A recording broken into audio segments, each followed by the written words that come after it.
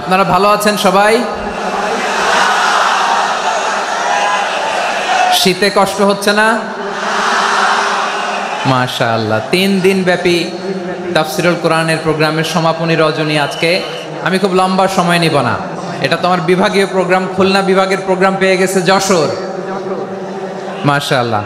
যে টপিকটি নিয়ে আমি আপনাদের সামনে আজকে কথা বলতে চাই, টপিকটি অনেক গুরুত্বপূর্ণ। টপিকটি হচ্ছে হিউম্যান রিসোর্স ডেভেলপমেন্ট, মানব সম্পদ উন্নয়ন। কারণ আল্লাহ তাআলা আমাদের যা দেখ আর না দেখে এটা দিচ্ছে। মানুষ আর মানুষ, 18 কোটি মানুষ, ঠিক কিনা? এই 18 কোটির জনসংখ্যার দেশে বসবাস করে আমরা খুশি না বেজার? খুশি হইতে হবে, বেজার হবেন না। জাপানের খবর জানেন? তাদের গ্রোথ রেট নিচের দিকে, উল্টো। জনসংখ্যা নাই, বাচ্চা নিলে, সন্তান নিলে গভর্নমেন্ট তাদের টাকা দেয়। আমাদেরকে আল্লাহ তাআলা দয়া করে মায়া করে এই সম্পদটা দিয়েছে। এই মানব সম্পদকে যেন আমরা কাজে লাগাই ইনশাআল্লাহ। পড়েন সবাই।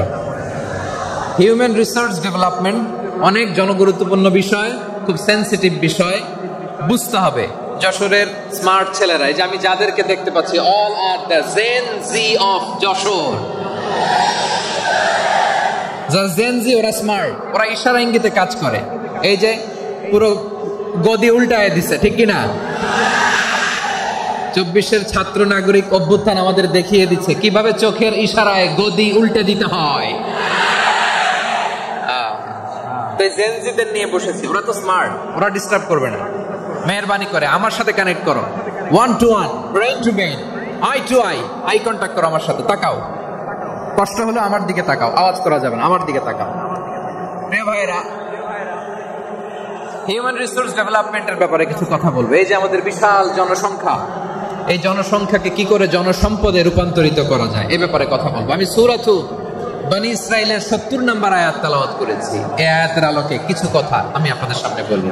আল্লাহ তাআলা ইরশাদ করছেন, ওয়ালাকাদ কাররামনা বনী আদম ওয়া হামালনাহুম ফিল বাররি ওয়াল বাহরি ওয়া রাযাকনাহুম মিনাত তাইয়্যিবাত ওয়া ফাদ্দালনাহুম আলা কাসীরিম মিম্মান খালাকনা তাফদীলা।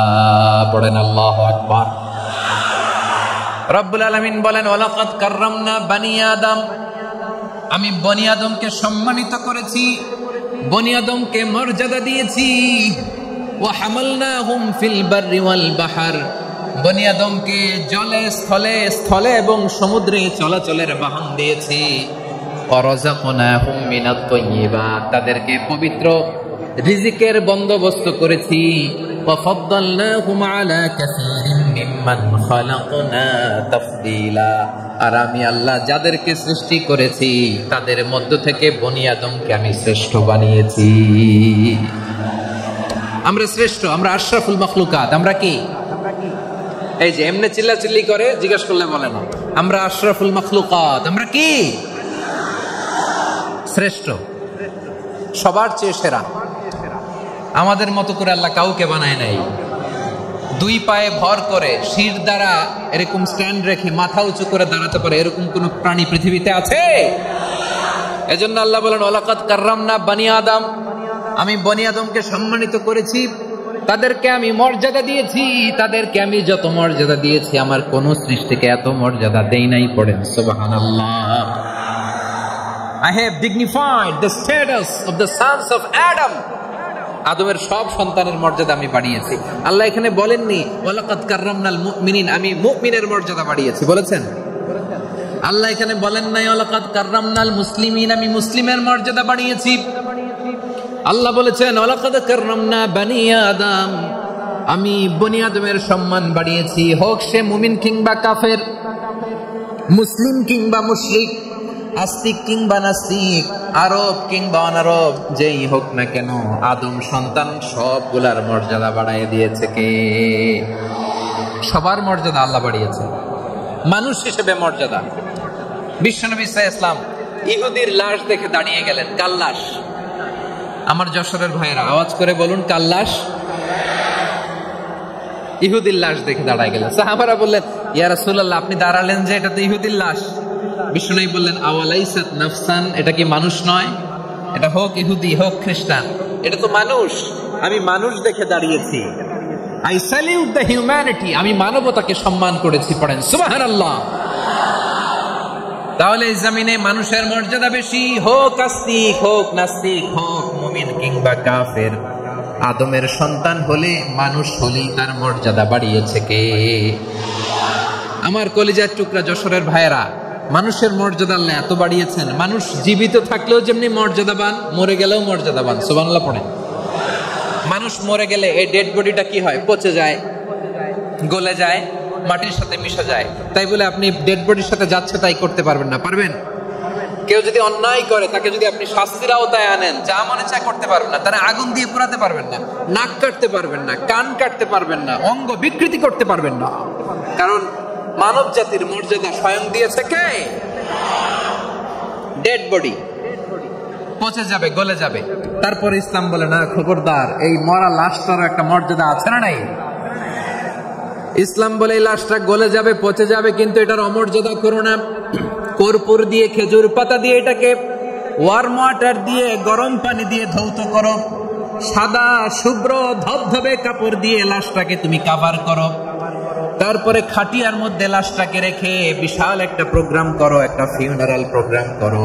ওই প্রোগ্রামের ডানে বায়ে পেছনে লাশটারে রাখলে হবে না, প্রোগ্রামের একেবারে সামনটাতে তুমি লাশটাকে রাখো। সুবহানাল্লাহ। একটা ফিউনারাল প্রোগ্রাম করতে হবে, তাকে শেষ বিদায় জানাতে হবে, যেটাকে আমরা জানাজা বলি। কি বলি? জানাজা মানে মাইয়িতের জন্য দোয়া, তার জন্য দোয়া করা হয়।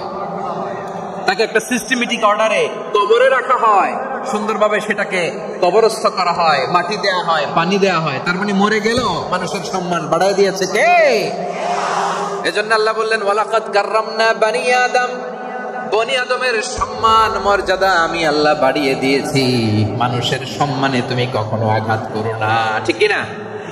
তাহলে ভাই, প্রথম মেসেজ হচ্ছে, the first and foremost message tonight to the people of Jasur, আল্লাহ বলেন I have dignified the status of son of Adam, আমি বনি আদম সবার মর্যাদা বাড়িয়ে দিয়েছি। হোক আস্তিক নাস্তিক, হোক কাফের কিংবা মুশরিক, তার মর্যাদা বাড়াই দিছে কে?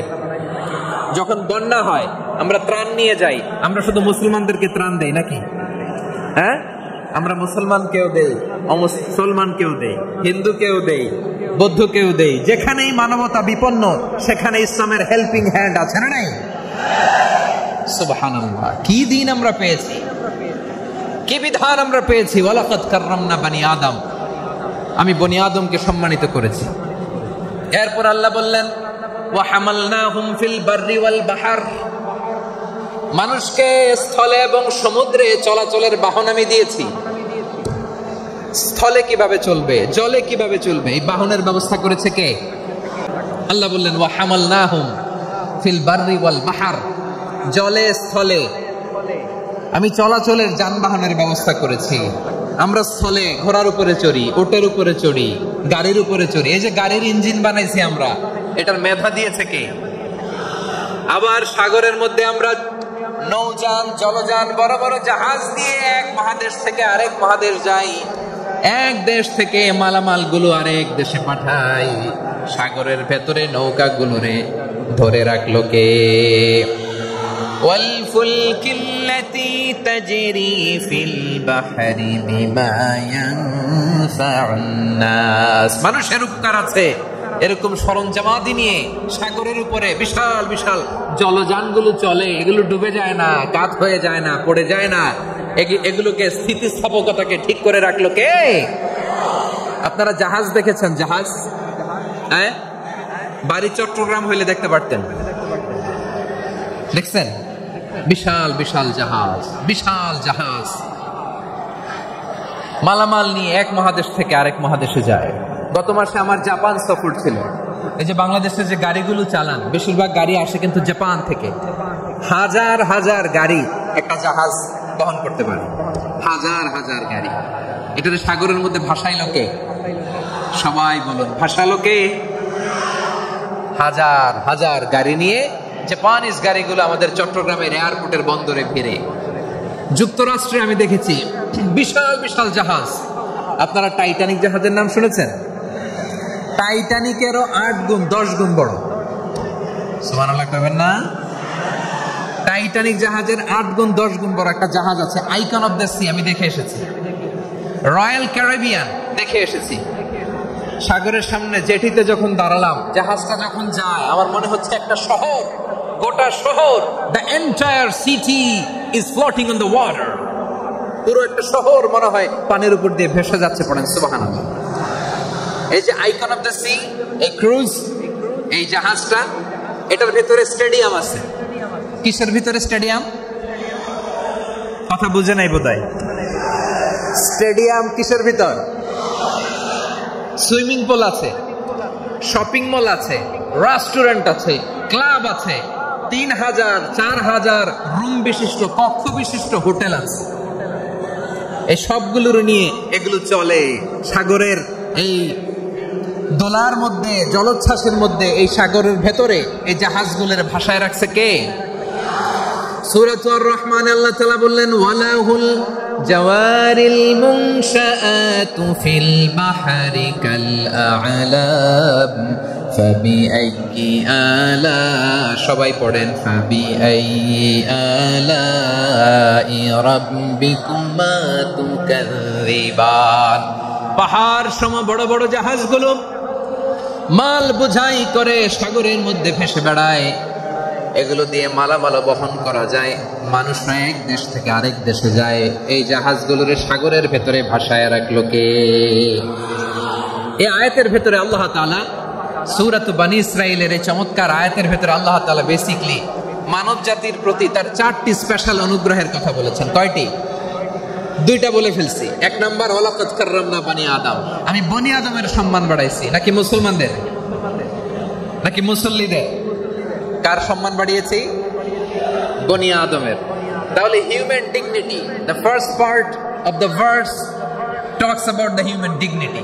2 নাম্বার অংশ আল্লাহ তাআলা বললেন, ওয়া হামালনাহুম ফিল বাররি ওয়াল বাহর, স্থলে এবং সমুদ্রে আমি তাদের জন্য চলাচলের বাহন দিয়েছি। সুবহানাল্লাহ। তার মানে smooth movement on land and sea, জলে এবং স্থলে যাতে আমরা স্মুথলি মুভ করতে পারি আল্লাহ তাআলা দিয়েছেন। 3 নাম্বার আল্লাহ তাআলা বললেন, ওয়া রাযাকনাহুম মিনাত তাইয়্যিবাত, মানুষের জন্য আমি পবিত্র রিজিকের ব্যবস্থা করেছি। জলে এবং স্থলে যত প্রাণী আছে সবগুলা প্রাণীকে রিজিক দেয় কে? আমাদেরকে রিজিক দেয় কে? সাগরের মাছগুলোকে, বড় বড় তিমি মাছগুলোরে রিজিক দেয় কে? বাতাসের মধ্যে ভেসে বেড়ানো বড় বড় পাখিগুলো, স্ক্যান্ডিনেভিয়ান কান্ট্রি থেকে লক্ষ লক্ষ কোটি কোটি পাখিগুলো যে এক দেশ থেকে আরেক দেশে ট্রান্সফার হয়, এগুলোর রিজিক দেয় কে? রব্বুল আলামিন বলেন, ওয়ামা মিন দাব্বাতিন ফিল আরদি ইল্লা আলাল্লাহি রিজকুহা ওয়া ইয়ালামু মুস্তাকাররাহা ওয়া মুস্তাওদাআহা কুল্লুম ফি কিতাবিম মুবিন। আল্লাহু আকবার। রব্বুল আলামিন বলেন, ভূপৃষ্ঠে বিচরণশীল যত প্রাণী আছে সব প্রাণীগুলোকে আমি আল্লাহ আমার নিজের কুদরতে রিজিকের বন্দোবস্ত করি। এই প্রাণীগুলো কোথায় থাকে, কোথায় যায়, সব জায়গায় আমি রিজিক পৌঁছে দেই। রিজিক কেউ দিতে পারে না, রিজিকের মালিক কে? রিজিকের মালিক তিনি আল্লাহ। এজন্য আল্লাহ তাআলা বললেন, ওয়া রাযাকনাহুম মিনাত তাইয়্যিবাত। এরপর আল্লাহ বললেন, ওয়া ফাদ্দালনাহুম আলা কাসীরিম মিম্মান খালাকনা তাফদীলা। আমি যত প্রাণী সৃষ্টি করেছি সকল প্রাণীর মধ্যে মানুষের মর্যাদা, শ্রেষ্ঠত্ব আমি দিয়েছি। সুবহানাল্লাহ পড়েন। তাহলে 1 নম্বরে আল্লাহ বললেন, আমি বনি আদমের মর্যাদা বাড়ালাম। এরপরে বললেন, স্থলে এবং সমুদ্রে চলাচলের জন্য যানবাহন দিলাম। 3 নম্বরে আল্লাহ বললেন, পবিত্র রিজিকের ব্যবস্থা করে দিলাম। এরপরে আল্লাহ বললেন, যত প্রাণী আছে, সৃষ্টি আছে, সবগুলার উপরে আমি মানুষকে শ্রেষ্ঠত্ব দিলাম। সুবহানাল্লাহ। তাহলে সবচেয়ে বেশি শ্রেষ্ঠত্ব মানুষের। কার? মানুষের। শুধু তাই নয় প্রিয় ভাইরা, আকাশ এবং জমিনে যা কিছু আছে সবকিছু মানুষের জন্য, মানুষের কল্যাণে, মানুষের প্রয়োজনে, মানুষের বশীভূত করে সৃষ্টি করেছেন কে? রব্বুল আলামিন বলেন, ওয়াল্লাযী খালাকা লাকুম মা ফিল আরদি জামিআ, এই জমিনের মধ্যে যা কিছু আমি আল্লাহ সৃষ্টি করেছি সব কিছু আমি মানুষের জন্য সৃষ্টি করেছি। পড়েন সুবহানাল্লাহ। ওয়াল্লাযী খালাকা লাকুম মা ফিল আরদি জামিআ, যা আছে সব আমাদের জন্য, সব আমাদেরকে সার্ভিস দেওয়ার জন্য, আমাদের উপকারের জন্য, আমাদের কল্যাণের জন্য। আওয়াজ করে সবাই পড়ুন আল্লাহু আকবার। অন্য আয়াতে আল্লাহ বললেন ওয়াসাখখারা লাকুম মা ফিস সামাওয়াতি ওয়া মা ফিল আরদি জামিআন মিন ইন্না ফি যালিকা লাআয়াতিন লিকাউমি ইয়াতাফাক্কারুন।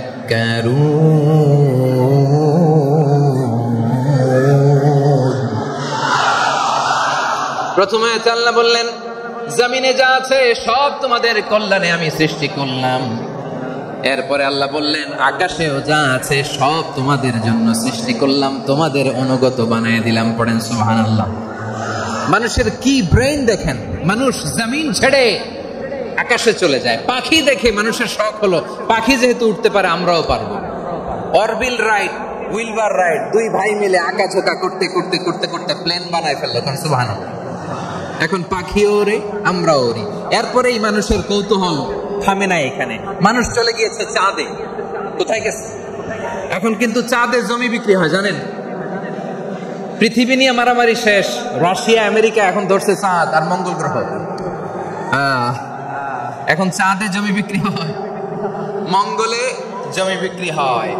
এই চাঁদ, মঙ্গল, বৃহস্পতি, শনি সব আল্লাহ তাআলা আমাদের জন্য বানিয়েছেন। সুবহানাল্লাহ পড়েন। মানুষ সাগরের উপরে চড়ে, শূন্যে ভেসে বেড়ায়, পাহাড় কেটে সুড়ঙ্গ বানায়, টানেল বানায়। মানুষ ব্রডব্যান্ডের লাইন নিয়ে যায় সাগরের ভেতর দিয়ে, এক দেশ থেকে আরেক দেশে, এক মহাদেশ থেকে আরেক মহাদেশে। সুবহানাল্লাহ পড়েন। তার মানে গোটা বিশ্বের সবকিছুর উপরে control, superiority over all creatures, সবকিছুর উপর কন্ট্রোল, মনিটরিং, নিয়ন্ত্রণ, এটা প্রতিষ্ঠা করে দিয়েছে কে? এজন্যই মানুষের শ্রেষ্ঠত্ব। ওয়ালাকাদ কাররামনা বানি আদম, আমি বনি আদমের সম্মান বাড়িয়েছি, মর্যাদা আমি বাড়িয়ে দিয়েছি। এই কারণে, কারণ মানুষ সবকিছুর উপর নিয়ন্ত্রণ নিতে পারে। মানুষকে নিয়ে এই কোরআনের সব আলোচনা, মানুষকে নিয়ে এই কোরআনের সব। তাই কোরআনের কেন্দ্রীয় আলোচ্য বিষয় হচ্ছে মানুষ। কোরআনের কেন্দ্রীয় আলোচ্য বিষয় কি? যশোরের ভাইয়েরা বুঝে থাকলে সবাই বলবেন কোরআনের কেন্দ্রীয় আলোচ্য বিষয় কি? এই যে আমি মূল আলোচনায় যাচ্ছি এখন। কেন মানুষ কোরআনের কেন্দ্রীয় আলোচ্য বিষয়? যশোর আওয়াজ করে বলো, কোরআনের কেন্দ্রীয় আলোচ্য বিষয় কি? মানুষ। এই মানুষ কোরআনের কেন্দ্রীয় আলোচ্য বিষয়। মানুষকে আল্লাহ স্বাধীনতা দিয়েছেন। ফামান শাআ ফালিউমিন ওয়া মান শাআ ফালিয়াকফুর। চাইলে মুমিন হতে পারো, চাইলে কাফের হতে পারো, তোমার ইচ্ছা। তবে জেনে রাখো, মুমিন হলে পাবা জান্নাত, কাফির হলে পাবা জাহান্নাম। নাও দ্য ডিসিশন ইজ ইয়ার্স। সিদ্ধান্ত তোমার, জান্নাতে যাবা না জাহান্নামে যাবা। যশোরের ভাইয়েরা আওয়াজ করে বলুন, কই যেতে চান, জান্নাতে না জাহান্নামে? ডান দিকে না বাম দিকে? ডানপন্থী না বামপন্থী?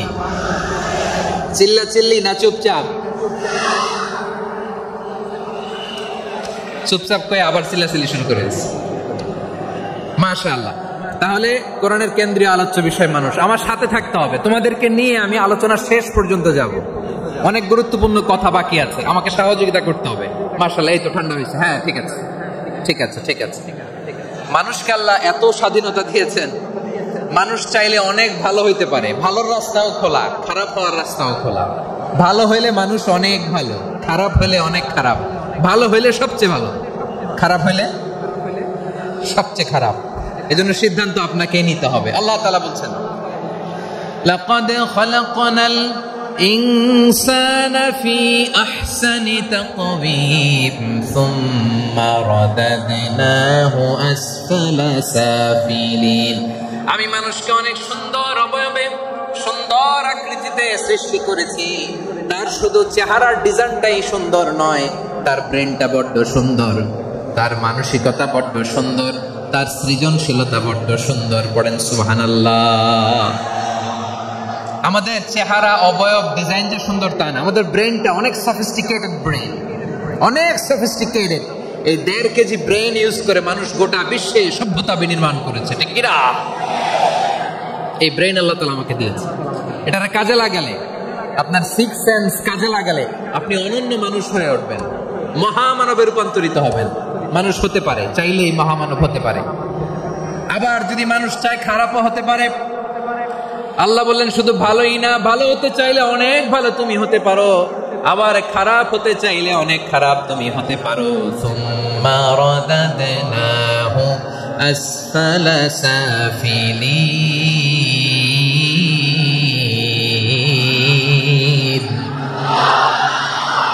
খারাপ হলে একেবারে খারাপ হতে পারো, নিকৃষ্ট হলে একেবারে নিকৃষ্ট হতে পারো, ভালো হলেও ভালো হতে পারো। কোন সুবহানাল্লাহ।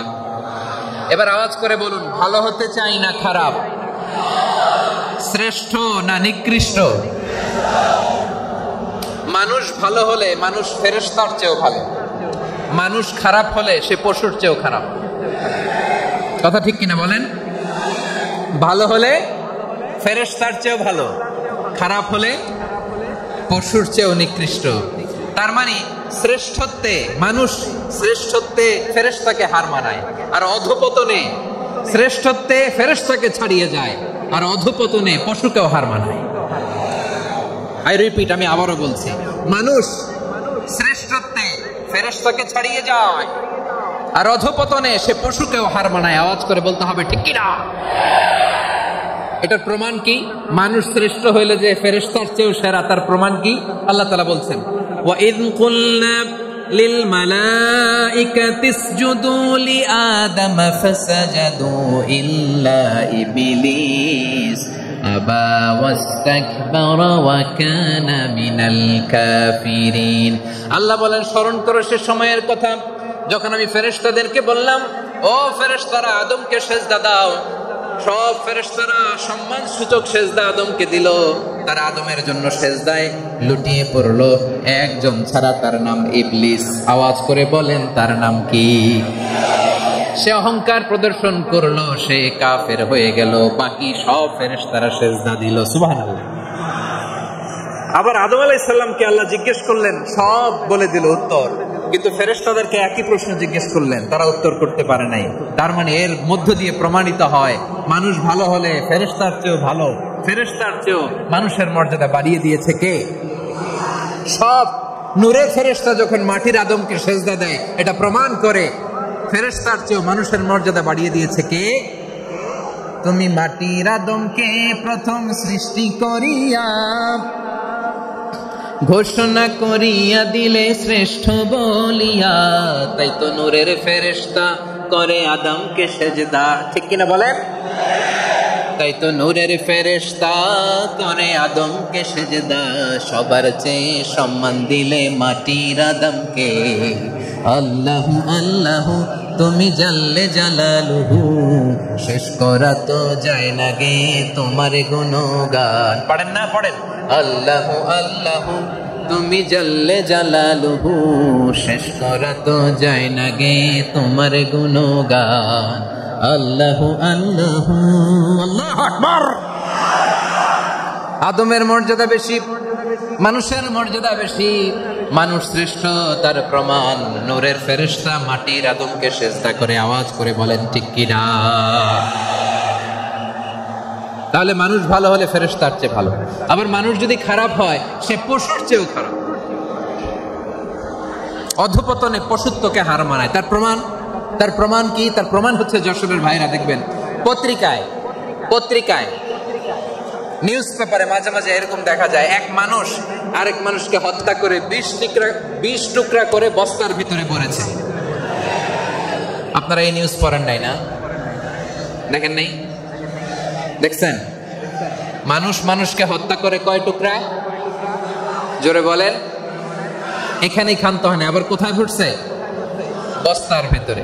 আচ্ছা, বুঝে থাকলে আওয়াজ করে বলেন, কোনদিন শুনছেন একটা হাতি আর একটা হাতিকে হত্যা করে 20 টুকরা করছে, এরপরে বস্তার ভিতরে ভরছে? হয়েছে? তাহলে দেখেন, মানুষ যদি খারাপ হয় সে পশুকেও হার মানায়। চিল্লায় বলো ঠিক কিনা? এমনও দুশ্চরিত্র মানুষ আছে যার বদ নজর থেকে যার নজর থেকে 6 মাসের ছোট্ট মেয়ে থেকে শুরু করে 80 বছরের বৃদ্ধারাও নিরাপদ নয়। পশুকেও হার মানে। মানুষের ঘর জ্বালিয়ে পুড়ে মেসাকার করে দেয়, জনপদের পর জনপদ জ্বালায় দেয়, এরকম আছে না নাই? বোমা মেরে শহরগুলো উড়িয়ে দেয়। এই যে ইসরায়েল গাজার মধ্যে যে অ্যাটাক করেছে, এরা মসজিদ মানে নাই, মসজিদে বম ফেলেছে। এরা খ্রিস্টানদের চার্চ গির্জা মানে নাই, গির্জায় বম ফেলেছে।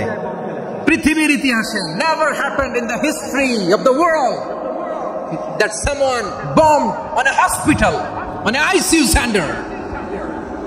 এমন হাসপাতাল যেখানে আইসিইউর রোগীরা আছে, ওই হাসপাতালের উপরও ইসরায়েলি সৈনিকেরা বোমা মেরেছে। জোরে বলেন ঠিক কিনা? এরা মানুষ? আওয়াজ করে বলেন, এরা মানুষ না। প্রিয় ভাইয়েরা, চোখ কান নাক মুখ থাকলেই মানুষ না। যা সামনে দেখেন এগুলো সব মানুষ না, এগুলো জনসংখ্যা। এগুলো কি? সবাই বলুন, এগুলো কি? বাড়ছে জনসংখ্যা, কমছে মানুষ। বাড়ছে জনসংখ্যা, কমছে। এই দুনিয়া এখন তো আর সেই দুনিয়া নাই, মানুষ নামের মানুষ আছে, দুনিয়া বোঝাই, সেই মানুষের ভিড়ে আমার আসল মানুষ নাই। ঠিক কিনা? আসল মানুষের বড্ড অভাব, আসল মানুষের বড্ড অভাব। আমার ভাইয়েরা, মানুষ খারাপ হলে পশুকেও হার মানায়।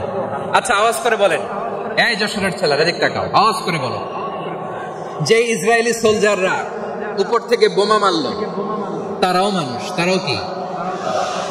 ওরাও রক্তে মাংসে মানুষ, ওদেরও পরিবার আছে। বোমা মেরে যেই মেয়েটাকে তারা অনাথ বানায়, ইয়াতিম বানায়, ও কিন্তু বাসায় ওর মেয়েটাকে রেখে আসছে। ঠিক কিনা বলেন? বম্বিং করে যে বাবাকে মেরে, স্বামীকে মেরে স্ত্রীকে বিধবা বানায়, তারও ঘরে স্ত্রী আছে। উপর থেকে বম মেরে মানুষ মেরে দিচ্ছে, তারাও মানুষ। 1945 সালের 6 আগস্ট আমেরিকান সোলজাররা হিরোশিমায় বম মেরেছে। আমি নিজে দেখে এসেছি জাপানের হিরোশিমাতে। সকাল 8:15 মানুষ কেউ অফিসে যাচ্ছিল, কেউ খেতে খামারে কাজ করতে যাচ্ছিল। লিটল বয় নামে একটা বম মেরেছে তারা। এই বমের আঘাতে, পারমাণবিক এই বোমার রেডিয়েশনে আঘাতে, বম ব্লাস্ট হওয়ার পরে মুহূর্তের মধ্যে 1,40,000 নাই। উপর থেকে যারা মারতেছে এরাও মানুষ, যাদেরকে মারলো তারাও। তার মানে মানুষে মানুষে পার্থক্য আছে রে? নেই, মানুষে মানুষে পার্থক্য আছে। নাক কান চোখ মুখ থাকলেই মানুষ নয়। বাড়ছে জনসংখ্যা, কমছে মানুষ। চিল্লায় বলো ঠিক কিনা? তাহলে আমরা বুঝলাম, মানুষ ভালো হলে অনেক ভালো, খারাপ হলে অনেক খারাপ। ও আমার কলিজার টুকরা যশোরের ভাইয়েরা, আসুন না 3 দিন ব্যাপী এই তাফসীরুল কোরআনের ঐতিহাসিক প্রোগ্রাম থেকে আমরা সিদ্ধান্ত নেই, আমরা ভালো মানুষ হব নাকি খারাপ মানুষ হব। কলিজা থেকে, প্রাণ থেকে আওয়াজ করে সবাই বলুন, ভালো মানুষ নাকি খারাপ মানুষ? ভালো মানুষ হইতে। ভালো মানুষ যারা জগৎটাকে এনলাইটেন করবে, যারা এনলাইটেন করবে, যারা সত্যের বীর সেনানী হয়ে দাঁড়াবে, যারা সত্যের পক্ষে কথা বলবে, যারা জালিমের মসনদকে ভেঙে খান খান করে দেবে। এরকম হওয়ার দরকার আছে না নাই? এরকম ভালো মানুষ আমরা হতে চাই কি চাই না? মানুষকে যত্ন নিলে মানুষ যে কত ভালো হয় আপনি কল্পনাও করতে পারবেন না।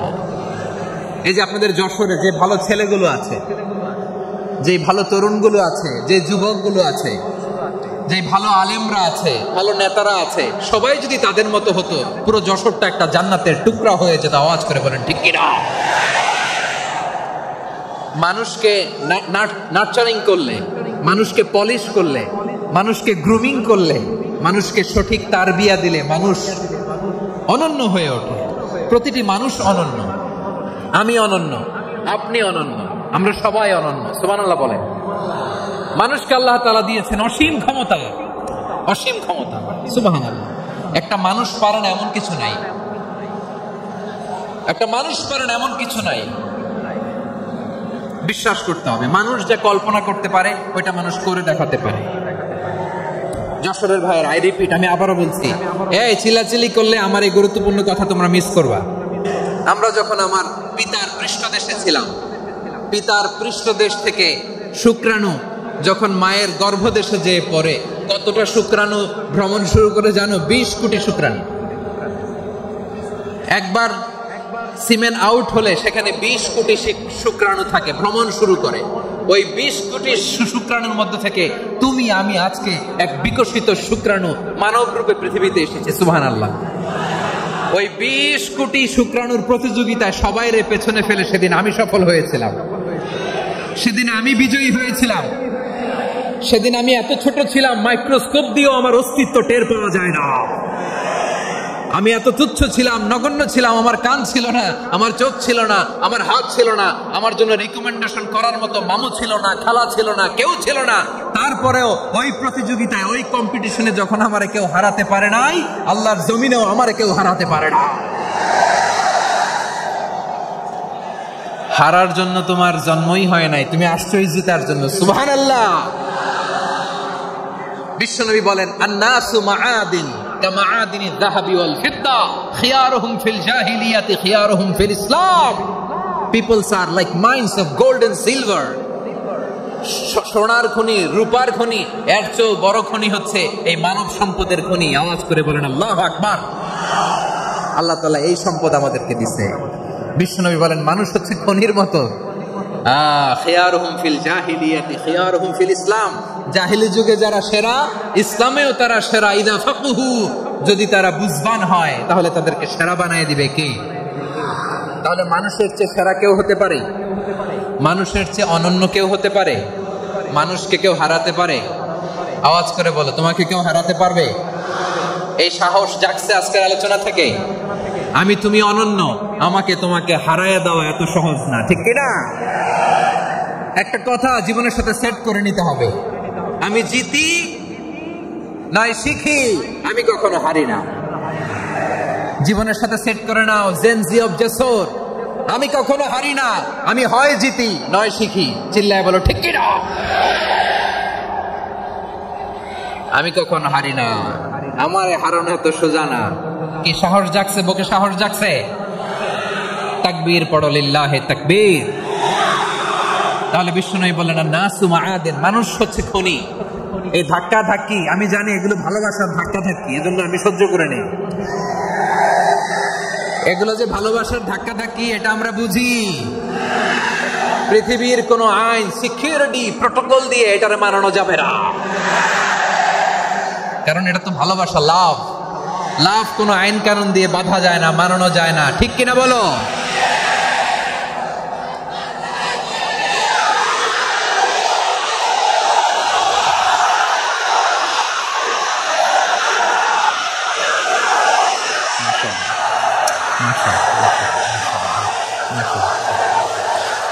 ঠিক আছে, বসুন বসুন বসুন। আল-নাসু মাআদিন, মানুষ হচ্ছে খনি। এই খনির যত্ন নিতে হবে। আমার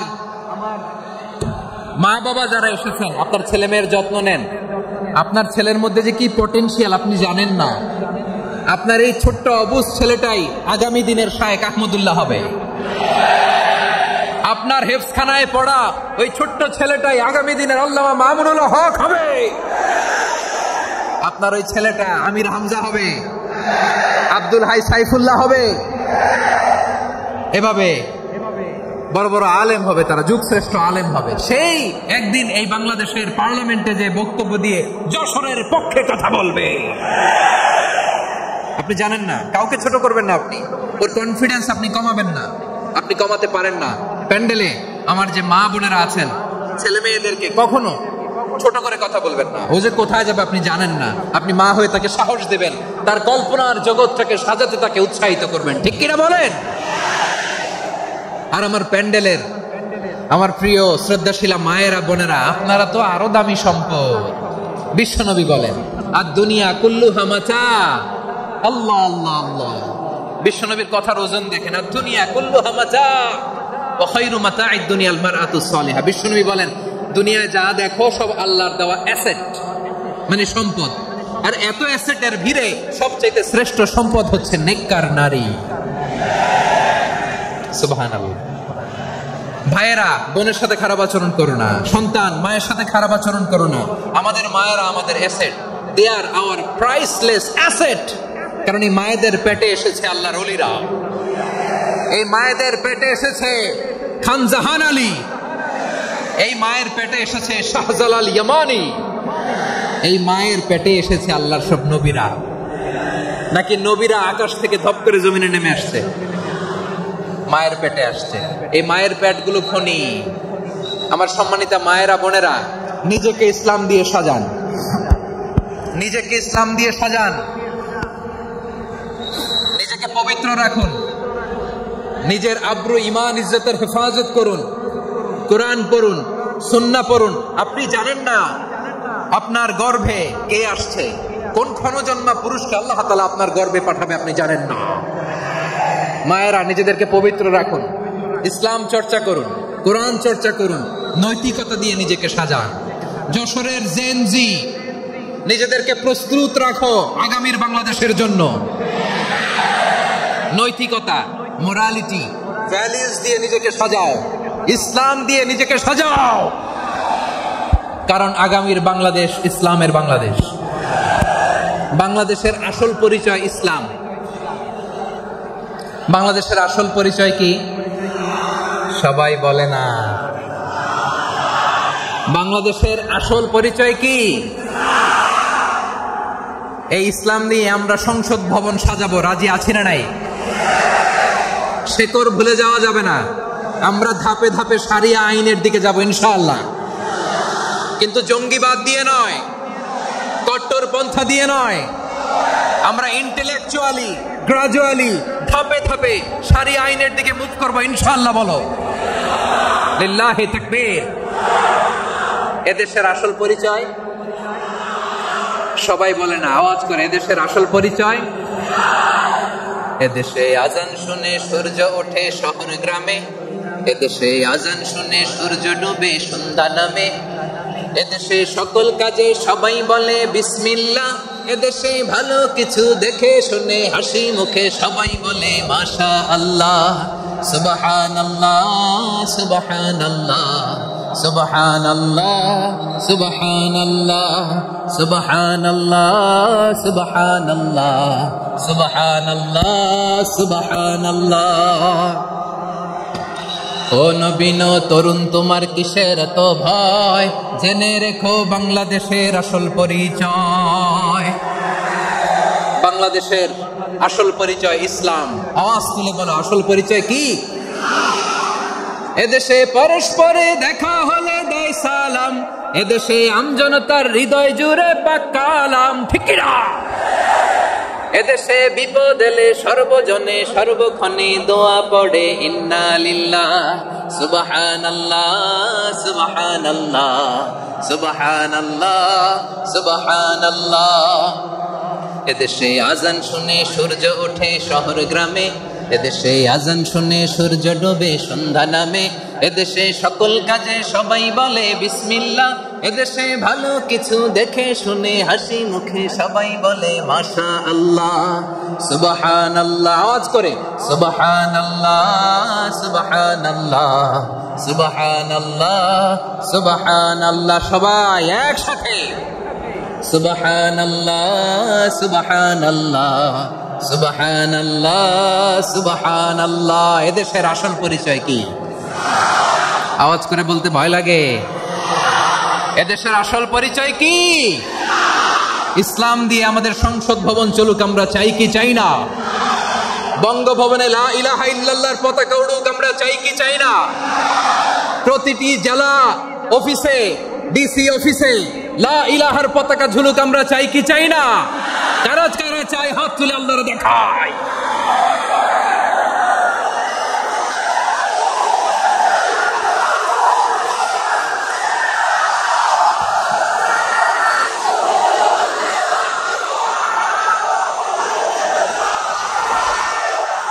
মাশাআল্লাহ, মাশাআল্লাহ, মাশাআল্লাহ, মাশাআল্লাহ।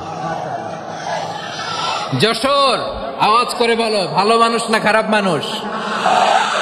বুঝে বলছো তো? মানুষ ভালো হলে যে কত ভালো। এই মানুষকে যত্ন নিলে, মানুষকে মানুষ বানালে যে সে কি হতে পারে শুনবা? হ্যাঁ, নাকি মনোযোগ দিয়ে দিব? শুনবা? তাহলে থামতে হবে। থামো, আমি যখন বলবো থামো থামো। তাকবীরের সময় দিলে তাকবীর। থামো থামো। মানুষকে যত্ন নিলে, হ্যাঁ এদিকে এদিকে, ড্রোন নামায় ফেল। হয়েছে, ড্রোনের ফুটেজ হয়ে গেছে, এবার ড্রোন নামায় ফেল। আমার দিকে তাকাও। মানুষকে, তোমরা এদিক সেদিক তাকালে তো গুরুত্বপূর্ণ পয়েন্ট মিস হয়ে যাবে। এদিকে এদিকে, হ্যাঁ মাস, ঠিক আছে। মানুষকে যত্ন নিলে মানুষের মধ্যে যারা কি পটেনশিয়াল রেখেছে। আমি জাপানের দুইটা উদাহরণ দেই। জাপানের, এই এই এভাবে এভাবে হবে, হয় বসো নয় পেছনে, কথা নাই, কথা তো বলাই যাবে না, হারাম কথা বলা আছে, একেবারে চুপ। আজকের জন্য হারাম করে দিছে আমি, এই কিছু সময়ের জন্য একেবারে নিষিদ্ধ। জাপানের দুইটা উদাহরণ দেই, খেয়াল করে একটু শোনেন, বুঝবেন। আল্লাহ, 2022 সালে জাপানের সাথে জার্মানির খেলা, ফিফা ওয়ার্ল্ড কাপ 2022। এক পক্ষে জাপান, আরেক পক্ষে কোন দেশ? কথা শোনে নাই। এক পক্ষে কোন দেশ, আরেক পক্ষে সবাই। এক পক্ষে, আরেক পক্ষে। ওই খেলায় জিতেছিল জাপান, জিতেছিল 22 সালের এই ফিফা ওয়ার্ল্ড কাপে। জাপান ফুটবল খেলায় জিতে, as a part of their celebration তারা খেলার পরে পুরো স্টেডিয়ামটারে ক্লিন করে। The fan base of Japan, lakh lakh মানুষ খেলা দেখতে যায়, তো এত ডাস্টবিনও তো নাই, তো যারা ডাস্টবিনে জায়গা পায় নাই তারা এই যে চকলেটের প্যাকেট, পানির বোতল, চিপসের প্যাকেট তারা এদিকে সেদিকে রেখে দিয়েছে। জাপানের ভক্তরা, জাপানের ফলোয়াররা, as a part of their celebration তারা খেলার পরে পুরো স্টেডিয়ামের সব ময়লা আবর্জনা ক্লিন করে তারপরে বিদায় নিয়েছে। তাদেরকে কি ক্লিন করার দায়িত্ব দেওয়া হয়েছিল? এই যশোর, জাপানের যে ছেলেরা খেলা দেখতে গেছিল ওদেরকে কি ক্লিন করার দায়িত্ব দিছিল? তারা কি স্টেডিয়ামের পরিচ্ছন্নতা কর্মী? তাদের আকল, তাদের সিক্স সেন্স তাদেরকে বলেছে। ছোটবেলা থেকে জাপান গভর্নমেন্ট ওদেরকে এত পরিচ্ছন্নতা শেখায়, ক্লিনলিনেস অ্যাওয়ারনেস ক্যাম্পেইন করায়। ক্লাসে আমি দেখেছি, ক্লাসে নিজের বেঞ্চ নিজে মুছে, ক্লাসের মাঝখানে একটা সময় দেয়, নিজের টেবিল নিজে মুছে, নিজের ক্লাসরুমটা নিজে পরিষ্কার করে। রাস্তাঘাটে একটা ধুলা নাই, ময়লা নাই, একটা টিস্যু নাই। খেলার পরে গোটা বিশ্বকে তাক লাগিয়ে দিয়েছে। জাপানের ফ্যানরা সবার রেখে যাওয়া গার্বেজ, টিস্যু, বোতল পরিষ্কার করে তারপরে স্টেডিয়াম থেকে বিদায় নিয়েছে। আমরা কেন এমন হইতে পারলাম না? আমরা কেন এমন হইতে পারলাম না? জাপানের যারা এগুলো করছে ওদের তিনটা করে চোখ না? চোখ তো তিনটা, জাপানো লাগো, জাপানো লাগো। হাত তো 4টা, কান তো 6টা। হ্যাঁ, নাকি আমার মতো 2 হাত 2 কানালা মানুষ? চোখে দেখলে ওটা মানুষ না। চিন্তা করছেন? তার মানে জাপানিজদেরকে যে গ্রুমিং করে শিখানোর মাধ্যমে পরিচ্ছন্ন বানানো গেছে। ওরা যেমনি মানুষ, আমরাও মানুষ। আমাদের সন্তানদেরকে শেখালে তারাও পারবে, পারবে কিনা? 2 নম্বর উদাহরণ বলি। চট্টগ্রাম ফেনীতে যারা গিয়েছেন, মেঘনা গোমতী ব্রিজ প্রকল্প নাম শুনছেন? মেঘনা একটা ব্রিজ পার হওয়া লাগে। এই মেঘনা গোমতী, এখানে 3টা ব্রিজ, কাঁচপুর সহ, এই 3টা ব্রিজের নির্মাণ কাজ, রেনোভেশনের কাজ দেওয়া হয়েছিল জাপানের একটা কোম্পানিকে। কাকে? জাপানের কোম্পানি। নির্মাণ শেষে 738 কোটি টাকা বেঁচে গেছিল, এটা গভর্নমেন্টের হাতে দিয়ে তারা বিদায় নিয়েছে। কত টাকা? 738 কোটি টাকা। যত প্রাক্কলিত ব্যয় নির্ধারণ করা হয়েছে, সব টাকা সরকার, তৎকালীন সরকার, 2019-এর সরকার, কারা ছিল তো জানেন? এই 2019-এর সরকার তাদেরকে দিয়েছে।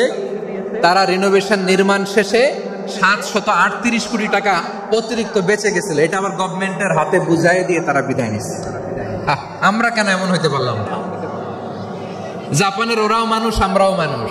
তার মানে মানুষে মানুষে পার্থক্য আছে না নাই? আচ্ছা, জাপানের 2টা উদাহরণ দিলাম, এবার আমার দেশের 2টা উদাহরণ দেব না? বাংলাদেশের 2টা উদাহরণ দেয়। 1 নম্বর উদাহরণ, গত সপ্তাহে আপনারা জানেন কক্সবাজার আমার একটা প্রোগ্রাম ছিল, তো হেলিকপ্টারে গিয়েছিলাম। ফেনী জেলা যখন পার হচ্ছি আমি দেখলাম 3টা উইন্ড মিল চিনেন তো, বিশাল পিলার, 3টা-4টা পাখা থাকে, বায়ু বিদ্যুৎ কেন্দ্র, বাংলাদেশের প্রথম বায়ু বিদ্যুৎ কেন্দ্র এটা, মুহুরী প্রজেক্ট বলে এটা সম্ভবত, মুহুরী প্রজেক্ট। তো সাগরের বাতাসের ঝাপটায় এটা ঘুরে এনার্জি হয়, ইলেকট্রিসিটি উৎপাদন হয়। তো আমি পাইলটকে বললাম, ভাই এগুলো থেকে কেমন ইলেকট্রিসিটি উৎপাদন হয়? কয় হুজুর একটুও হয় না, কিছুই হয় না। কিছুই হয় না মানে? বলে হুজুর বাংলাদেশে যত উইন্ড মিল আছে এটার পাখা একটাও ঘুরে না। আল্লাহ, বলেন কি? তাহলে যে কোটি কোটি টাকা ব্যয় করে যে উইন্ড মিল, হুজুর ভিতরে ফিটফাট, উপরে ফিটফাট, ভিতরে সদরঘাট। তার মানে কোটি কোটি টাকা দিয়ে এই উইন্ড মিল বানায়, এখানে কিছু নাই, দুর্নীতির আড্ডাখানা, আখড়াখানা বাংলাদেশ, ঠিক কিনা বলেন? হায় রে, জাপানিজরাও মানুষ, আমরাও মানুষ। আমার এক নিকট আত্মীয় সরকারি চাকরিজীবী, উনি আমাকে বললেন, বাংলাদেশের আরেকটা উদাহরণ দেখি, উনি আমাকে বললেন যে প্রতি বছর আমাদের অফিসের ফার্নিচার চেঞ্জ করে। আমি বললাম প্রতি বছর ফার্নিচার চেঞ্জ করে কেন? বলে যে ফার্নিচার নতুন পারচেজ করলেই তো এখানে টাকা, নতুন কিনতে পারলেই টাকা, নতুন উন্নয়নের সবক শোনাতে পারলেই টাকা। প্রথম আলোর রিপোর্ট, কি আলো? প্রথম আলোর রিপোর্ট, গত 15 বছরে উন্নয়নের নামে লুটপাট হয়েছে প্রায় 3.25 লাখ কোটি টাকা। কার রিপোর্ট? আমাদের বানানো কথা, প্রথম আলোর রিপোর্ট। গত 15 বছরে কারা ছিল জানেন তো? হ্যাঁ, শুধু ওনাদেরকেই দোষ দিয়ে লাভ নাই। স্বাধীনতার পর থেকে শুধু শাসকের হাত বদল হয়েছে, আমরা কিছু পাই নাই, ঠিক কিনা বলেন? শুধু ওনাদের দোষ দিয়ে কি লাভ? একদল খাইছে, আরেক দল খাওয়ার জন্য রেডি হয়ে আছে। আমরা এরকম চাই না। আমরা চাই স্বাধীন সার্বভৌম বাংলাদেশ, আমরা চাই দুর্নীতিমুক্ত বাংলাদেশ। আমি নিউজটা যে কতবার বললাম, এটা কি সম্ভব? 3.25 লাখ কোটি টাকা লুটপাট, মানে লুটপাট করতে করতে এদেশের জনগণকে ফুটপাতে বসায়। প্রিয় ভাইয়েরা, জাপানের মানুষও মানুষ, আমরাও মানুষ। সিদ্ধান্ত আপনার, কোন মানুষ হবেন, ভালো মানুষ না খারাপ মানুষ? আজকের আলোচনার বিষয় হচ্ছে মানব সম্পদের উন্নয়ন, human resource development. It's a process to increase the capacity of knowledge, skill, capacity of the people of a country. একটা দেশের মানুষের জ্ঞান, তাদের দক্ষতা কি করে বাড়ানো যায়, বাড়িয়ে দেশের উন্নয়ন করানো যায়, এটাই হচ্ছে মানব সম্পদ উন্নয়নের মূল কথা। তাহলে মানব সম্পদ হচ্ছে একটা দেশের সবচাইতে শক্তিশালী পুঁজি। প্রাকৃতিক সম্পদ, খনিজ সম্পদের চেয়েও দামি হচ্ছে মানব সম্পদ। আমার প্রিয় যশোর, প্রাকৃতিক সম্পদ, খনিজ সম্পদের চেয়ে দামি সম্পদ কি সম্পদ? আল্লাহ তাআলা দয়া করে আমাদেরকে এই মানব সম্পদ দিয়েছেন। আসুন আমাদের এই মানুষগুলোকে আমরা সোনার মানুষ বানাই। রাজি আছেন তো সবাই? রাজি আছেন? মানুষ পারে না এমন কোনো কিছু নাই, চাইলে সব পারে। এজন্য মানুষকে তারবিয়া দিতে হবে, যথাযথভাবে তাদেরকে গড়তে হবে। আসুন আমরা সিরাতের আয়নায় বিশ্বনবীর জীবনী থেকে দেখি তিনি কিভাবে হিউম্যান রিসোর্সকে ম্যানেজ করতেন। বিশ্বনবী কিভাবে এই মানব সম্পদকে ম্যানেজ করতেন। বিশ্বনবী he was a very good talent hunter, চৌকস ট্যালেন্ট হান্টার ছিল। কার মধ্যে কি ট্যালেন্ট আছে দেখলেই বুঝে ফেলতেন। সুবহানাল্লাহ পড়বেন না? কি নবী আমরা পেয়েছি। He was a very good talent hunter. আমার নবী তিনি চৌকস ট্যালেন্ট হান্টার ছিলেন। তার মধ্যে কি প্রতিভা বের করতেন, ওই প্রতিভাকে ইসলামের কল্যাণে কাজে লাগাতেন। সুবহানাল্লাহ বলেন। যাকে যেই জায়গায় সেট করলে ভালো হবে তাকে ওই জায়গায় সেট করতেন। কয়েকজন সাহাবীর জীবনী শোনাই। আবু মাহজুরা রাদিয়াল্লাহু তাআলা আনহু, মক্কার মুয়াজ্জিন, আগে ছিল মুশরিক, পরে হয়েছে মুমিন। উনি কিভাবে মুমিন হইলেন এই ঘটনাটা একটু আপনাদের শোনাতে চাই, তা আপনাদের তো সময় নাই হাতে। আবু মাহজুরা রাদিয়াল্লাহু তাআলা আনহু কিভাবে মুসলিম হলেন আওয়াজ করে শুনেন। হুনাইনের যুদ্ধ 8ম হিজরি, বিষ্ণু ঈসা ইসলাম হুনাইনের যুদ্ধ শেষে ফিরতেছেন। হুনাইনের যুদ্ধে 8ম হিজরি, কত হিজরি সবাই বলেন না একটু, কত হিজরি? 8ম হিজরিতে হুনাইনের যুদ্ধে রাসূল সাল্লাল্লাহু আলাইহি ওয়াসাল্লাম ফিরে আসতেছেন মদিনায়। পথিমধ্যে বেলাল রাদিয়াল্লাহু তাআলা আনহু আযান দিচ্ছেন। কি দিচ্ছেন? তো পাশে ছিল মুশরিকদের একটা পল্লী, কিছু মুশরিক তরুণ, কিছু অমুসলিম কিশোর, তারা আযানকে ব্যঙ্গ করতেছে। আমাদের বাংলায় মুখ ভেঙ্গানো বলে আর কি। বেলাল রাদিয়াল্লাহু তাআলা আনহু আযান দিচ্ছেন, ওই বাচ্চাগুলো মুশরিক, তো ওরা আযানকে ব্যঙ্গ করতেছে, বিকৃতি করে ওরাও আযান দিচ্ছে। উদ্দেশ্য হচ্ছে আযানকে নিয়ে ঠাট্টা করা। উদ্দেশ্য কি? ঠাট্টা করা। ব্যাপারটা মনে কষ্ট পাওয়ার মতো ব্যাপার না? কিন্তু বিশ্বনবী ওইখানে দেখেন কি খুঁজলেন। বিশ্বনবী খেয়াল করলেন অমুসলিম কিশোরদের মধ্যে থেকে একটা কিশোরের গলাটা বড় দরাজ গলা, কণ্ঠটা বড় সুন্দর। খেয়াল করে দেখলেন যে কিছু কিশোর বেলালের আযানকে ব্যঙ্গ করে, বিকৃতি করে, কিন্তু একজনের কণ্ঠ দেখতে পাচ্ছেন না এত দূরে, কিন্তু কণ্ঠটা বড় সুন্দর, দরাজ গলা। বিশ্বনবী সাহাবীদেরকে বললেন, ধরো এগুলারে, ধরো। সবগুলারে ধরে বিশ্বনবী সামনে আনা হলো। ওরা হাঁটু গেড়ে বসলো। বিশ্বনবী বললেন, তোমাদের মধ্যে কে যেন ব্যঙ্গ করে আযান দিচ্ছিল, তার গলাটা বড় উঁচু, গলার বেসটা বড় মজবুত, মেলোডিয়াস, সুমধুর কণ্ঠ, কে? আবু মাহজুরা বলে, আমার বন্ধুরা সবাই আমার দিকে আঙ্গুল দেখায়, আমি পড়ে গেছি বিপদে। রাসূল সাল্লাল্লাহু আলাইহি ওয়াসাল্লাম বাকি অমুসলিম তরুণদেরকে ছেড়ে দিলেন, বললেন তোমরা যাও। এবার আবু মাহজুরারে পাইছে। আবু মাহজুরার চুলের মধ্যে হাত দিলেন বিশ্বনবী, মাথায় হাত দিয়ে বললেন, এবার আযান দাও দেখি। আবু মাহজুরা বলে, আমি তো আযান দিতে জানি না, কারণ আমি তো বেলালেরটা শুইনা দিছি, আমার তো মুখস্থ নাই, আমি তো আযান দিতে জানি না। বিশ্বনবী বললেন, জানো না? তাহলে আসো, আমি তোমারে শিখাই দেই। সুবহানাল্লাহ পড়ো। আবু মাহজুরা হাঁটু গেড়ে বসে, বিশ্বনবীর মোবারক হাত আবু মাহজুরার চুলের মধ্যে। বিশ্বনবী আযানের মুআল্লিম আবু মাহজুরাকে বলতেছে, ঠিক আছে তোমারে শিখাই দিচ্ছি, আমি যা যা বলবো আমার সাথে সাথে বলো, পারবা? আবু মাহজুরা বলে, পারবো। বিশ্বনবী আযান দিচ্ছেন মাথায় হাত দিয়ে, আল্লাহু আকবার, আল্লাহু আকবার। আবু মাহজুরা এই বাক্যটা পড়লেন। বিশ্বনবী দ্বিতীয় বাক্য পড়তে আরম্ভ করলেন, আল্লাহু আকবার,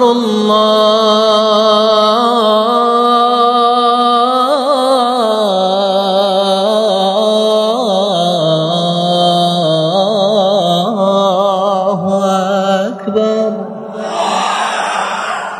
আবু মাহজুরা এই বাক্যটাও বললেন। বিশ্বনবী আবু মাহজুরার মাথার মধ্যে হাত দিয়ে তৃতীয় বাক্য পড়লেন, আশহাদু আল্লা ইলাহা ইল্লাল্লাহ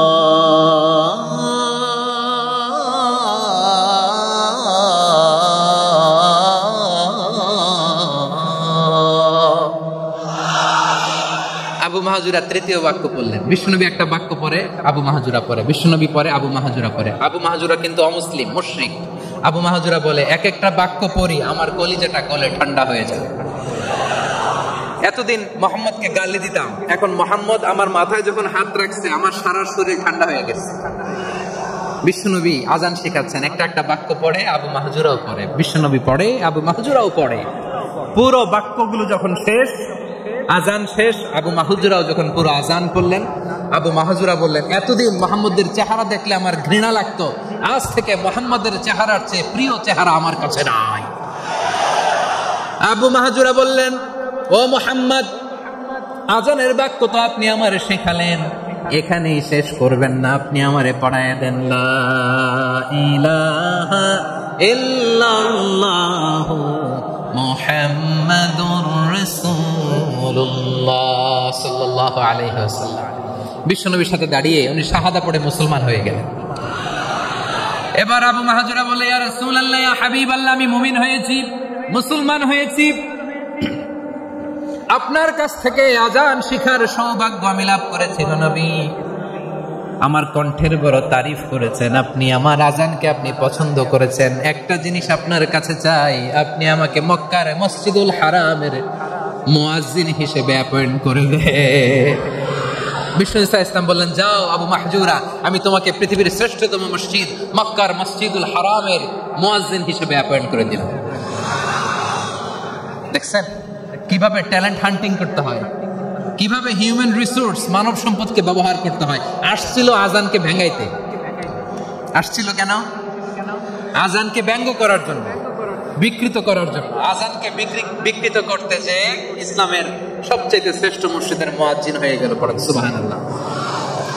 হযরত আবু মাহজুরা রাদিয়াল্লাহু তাআলা আনহু ওনার এই সুললিত কণ্ঠ ব্যবহার করে মসজিদুল হারামে এত সুন্দর করে আল্লাহু আকবার বলে আজান দিতেন, মানুষগুলোর, মুসল্লিগুলোর, মক্কাবাসীর হৃদয়কে তিনি বিগলিত করে দিতেন। মানুষের হৃদয়কে ঠান্ডা হয়ে যেত। শুধু এখানেই শেষ না আমার যশোরের ভাইয়েরা, বিশ্বনবী যখন সাইয়েদনা আবু মাহজুরা রাদিয়াল্লাহু তাআলা আনহুকে আযান শেখাচ্ছিলেন, বলেন তো বিশ্বনবীর হাতটা কোথায় ছিল? আবু মাহজুরার মাথার সামনে, এই চুলের উপরে ছিল। আবু মাহজুরা ওই স্মৃতিটাকে ধারণ করবার জন্য, ওই স্মৃতিকে বহন করার জন্য বিশ্বনবীর মোবারক হাত আবু মাহজুরার কপালের চুলের যেই জায়গায় লেগেছে, মৃত্যুর আগের দিন পর্যন্ত আবু মাহজুরা মাথার ওই চুলে কোনোদিন ছুরি আর কামার লাগায় নাই, সেখানে কেচি লাগায় নাই, চুলের মধ্যে খুর লাগায় নাই। আবু মাহজুরা ডান দিকের চুল কাটতো, বাম দিকের চুল কাটতো, পেছনের চুল কাটতো, সামনের চুল কাটতো না। আবু মাহজুরা রাদিয়াল্লাহু তাআলা আনহুর সামনের চুলগুলো বড় হতে হতে যখন এত বড় হয়ে যায়, তিনি চুলগুলো পেঁচিয়ে মাথার মধ্যে রাখতেন, তারপরে তিনি পাগড়ি পরতেন। সবাই জিজ্ঞেস করতো, আবু মাহজুরা এটা আবার কেমন স্টাইল? দেখতে তোমারে কি বিদঘুটে লাগে? কেমন অড লাগে? কেমন খারাপ দেখা যায়? মক্কায় এমন কোন মানুষ তো দেখি নাই, ডানে চুল কাটে, বায়ে চুল কাটে, পেছনে চুল কাটে, সামনে কাটে না। ওরে আবু মাহজুরা, কেমন দেখা যায় তোমারে? তুমি সামনের চুল কাটো না কেন? আবু মাহজুরা বলে, আমি হাঁটু গেড়ে পেয়ারা নবীর সামনে বসেছিলাম, আমার এই মাথার চুলের মধ্যে মোবারক হাত লাগিয়ে বিশ্বনবী নিজে আমাকে আজানের প্রতিটা বাক্য শিক্ষা দিয়েছেন। বিশ্বনবীর মোবারক হাত, পবিত্র হাত আমার মাথার চুলের যেই জায়গায় লেগেছে, আমি চাই ওই চুলগুলা নিয়ে আমি আমার কবরের ভিতরে যাব। সাইয়েদনা আবু মাহজুরা রাদিয়াল্লাহু তাআলা আনহু ইন্তেকালের আগের পর্যন্ত মাথার সামনের চুলগুলা কাটে নাই। মাথার সামনের চুল তিনি কাটেন নাই। সুবহানাল্লাহি বিহামদি। কেমন ভালোবাসতেন বিশ্বনবী সাহাবীদেরকে, সাহাবারা কেমন ভালোবাসতেন বিশ্বনবীকে। সামনের চুলগুলো বড় হতে হতে এত বড় ছিল, পেঁচিয়ে রেখে পাগড়ি পরতেন, কাটতেন না। নবীর হাত লেগেছিল। সুবহানাল্লাহ পড়ে। তাহলে what is the lesson? Moral of the story কি? মোরাল অফ দ্য স্টোরি হচ্ছে, আসছিল আজানকে ব্যঙ্গ করার জন্য, বিকৃত করার জন্য, হয়ে গেল মসজিদুল হারামের মুয়াজ্জিন। দেখেন বিশ্বনবী একটা খারাপ সিচুয়েশনের মধ্যে থেকে কি ভালো জিনিস বের করে আনলেন। আমি যে শুরুতে বলেছি কিভাবে তিনি হিউম্যান রিসোর্সকে ডেভেলপ করেছেন, ম্যানেজ করেছেন। তিনি যে চৌকুশ ট্যালেন্ট হান্টার ছিল, দেখেন সবার মধ্যে থেকে এর বাছাই করে মুয়াজ্জিন বানাই দিয়েছেন। সুবহানাল্লাহ পড়েন। তার মানে এই না সবাইরে ধরে ধরে উনি মুয়াজ্জিন বানাইছেন। যার যেই ট্যালেন্ট আছে তাকে ওই কাজে অ্যাসাইন করেছেন। যার যেই প্রতিভা আছে তার প্রতিভাকে ইসলামের কাজে লাগিয়েছেন। সুবহানাল্লাহ পড়েন। যায়েদ বিন সাবিত রাদিয়াল্লাহু তাআলা আনহু নাম শুনেছেন? যশোর কথা বেরোয় না। যদি জায়গায় সালমান খানের নাম শুনছেন, সবাই হাত তুলবে, জি হুজুর শুনছি, মানে সব দেখা শেষ। সালমান খান, আমির খান, অমুক খান, সব খান মুখস্থ, কিন্তু যায়েদ বিন সাবিতের নাম মুখস্থ নাই মুসলমানদের। যে সাহাবী মাথার সামনের চুল কাটে নাই, মসজিদুল হারামের মুয়াজ্জিন বানাইছেন বিশ্বনবী, সাহাবীর নাম কি? খায়া ফেলাইছে, স্লোগানের সাথে খায়া ফেলাইছে। আবু মাহজুরা। কি নাম? আবু মাহজুরা আল জুমাহি রাদিয়াল্লাহু তাআলা আনহু। এই নামটা আজকে নিয়ে যাইতে হবে যশোর। আবু মাহজুরা রাদিয়াল্লাহু তাআলা আনহু। 2 নম্বর বলছিলাম যায়েদ বিন সাবিত রাদিয়াল্লাহু তাআলা আনহু। বিশ্বনবী দেখলেন মদিনার এই আনসারী সাহাবী হাইলি ট্যালেন্টেড, ইন্টেলেকচুয়াল, মেরিটোরিয়াস, জ্ঞানের প্রতি তার আকর্ষণ, মারাত্মক আকর্ষণ। বিশ্বনবী তাকে দায়িত্ব দিলেন, কোরআন যা নাজিল হয় তুমি লিখো, কাতিবুল ওয়াহি বানায় দিলেন। সুবহানাল্লাহ। যায়েদ বিন সাবিতরে আবার আযান শেখান নাই, কারণ তার মধ্যে বিশ্বনবী প্রতিভা দেখেছেন, একাডেমিক প্রতিভা। বিশ্বনবীর একাডেমিক প্রজেক্টগুলো তিনি হ্যান্ডেল করতেন। যায়েদ বিন সাবিত ছিল বিশ্বনবীর ব্যক্তিগত সচিব। কি ছিল? ব্যক্তিগত সচিব। বোঝেন নাই? বিশ্বনবীর ব্যক্তিগত সচিব এবং দোভাষী। ইহুদিরা কিছু লিখে দিলে এটার অর্থ বিশ্বনবীরে বুঝায় দিতেন, আবার ইহুদিদের কাছে কিছু লিখতে হলে তিনি লিখে দিতেন। বিশ্বনবী একদিন বললেন, ইন্নী ওয়াল্লাহি মা আমানু ইয়াহুদা আলা কিতাব। ইহুদিরা যে চিঠি পাঠায় অর্থ তো বুঝি না, আরেক ইহুদি আইনে অর্থ করা লাগে। আবার ইহুদিদের কাছে কিছু লিখে পাঠাইতে চাইলে আমরা তো লিখতে পারি না, ইহুদিরে দিয়ে লেখা লাগে। ওরা যে পয়রা শোনায় লিখে দেয়, আমি ওদের বিশ্বাস করি না। আমার নিজের একজন লোক দরকার। বিশ্বনবী যায়েদ বিন সাবিতকে চুজ করলেন ল্যাঙ্গুয়েজের জন্য। উনি বললেন, যায়েদ, তোমার সফট স্কিলকে ডেভেলপ করতে হবে, তুমি হিব্রু ল্যাঙ্গুয়েজ শিখে ফেলো। যায়েদ বিন সাবিত বলল, বিশ্বনবীর মোটিভেশন আর ইন্সপিরেশন পেয়ে আমি 15 দিনে ইহুদিদের এই হিব্রু ল্যাঙ্গুয়েজ শিখে ফেললাম।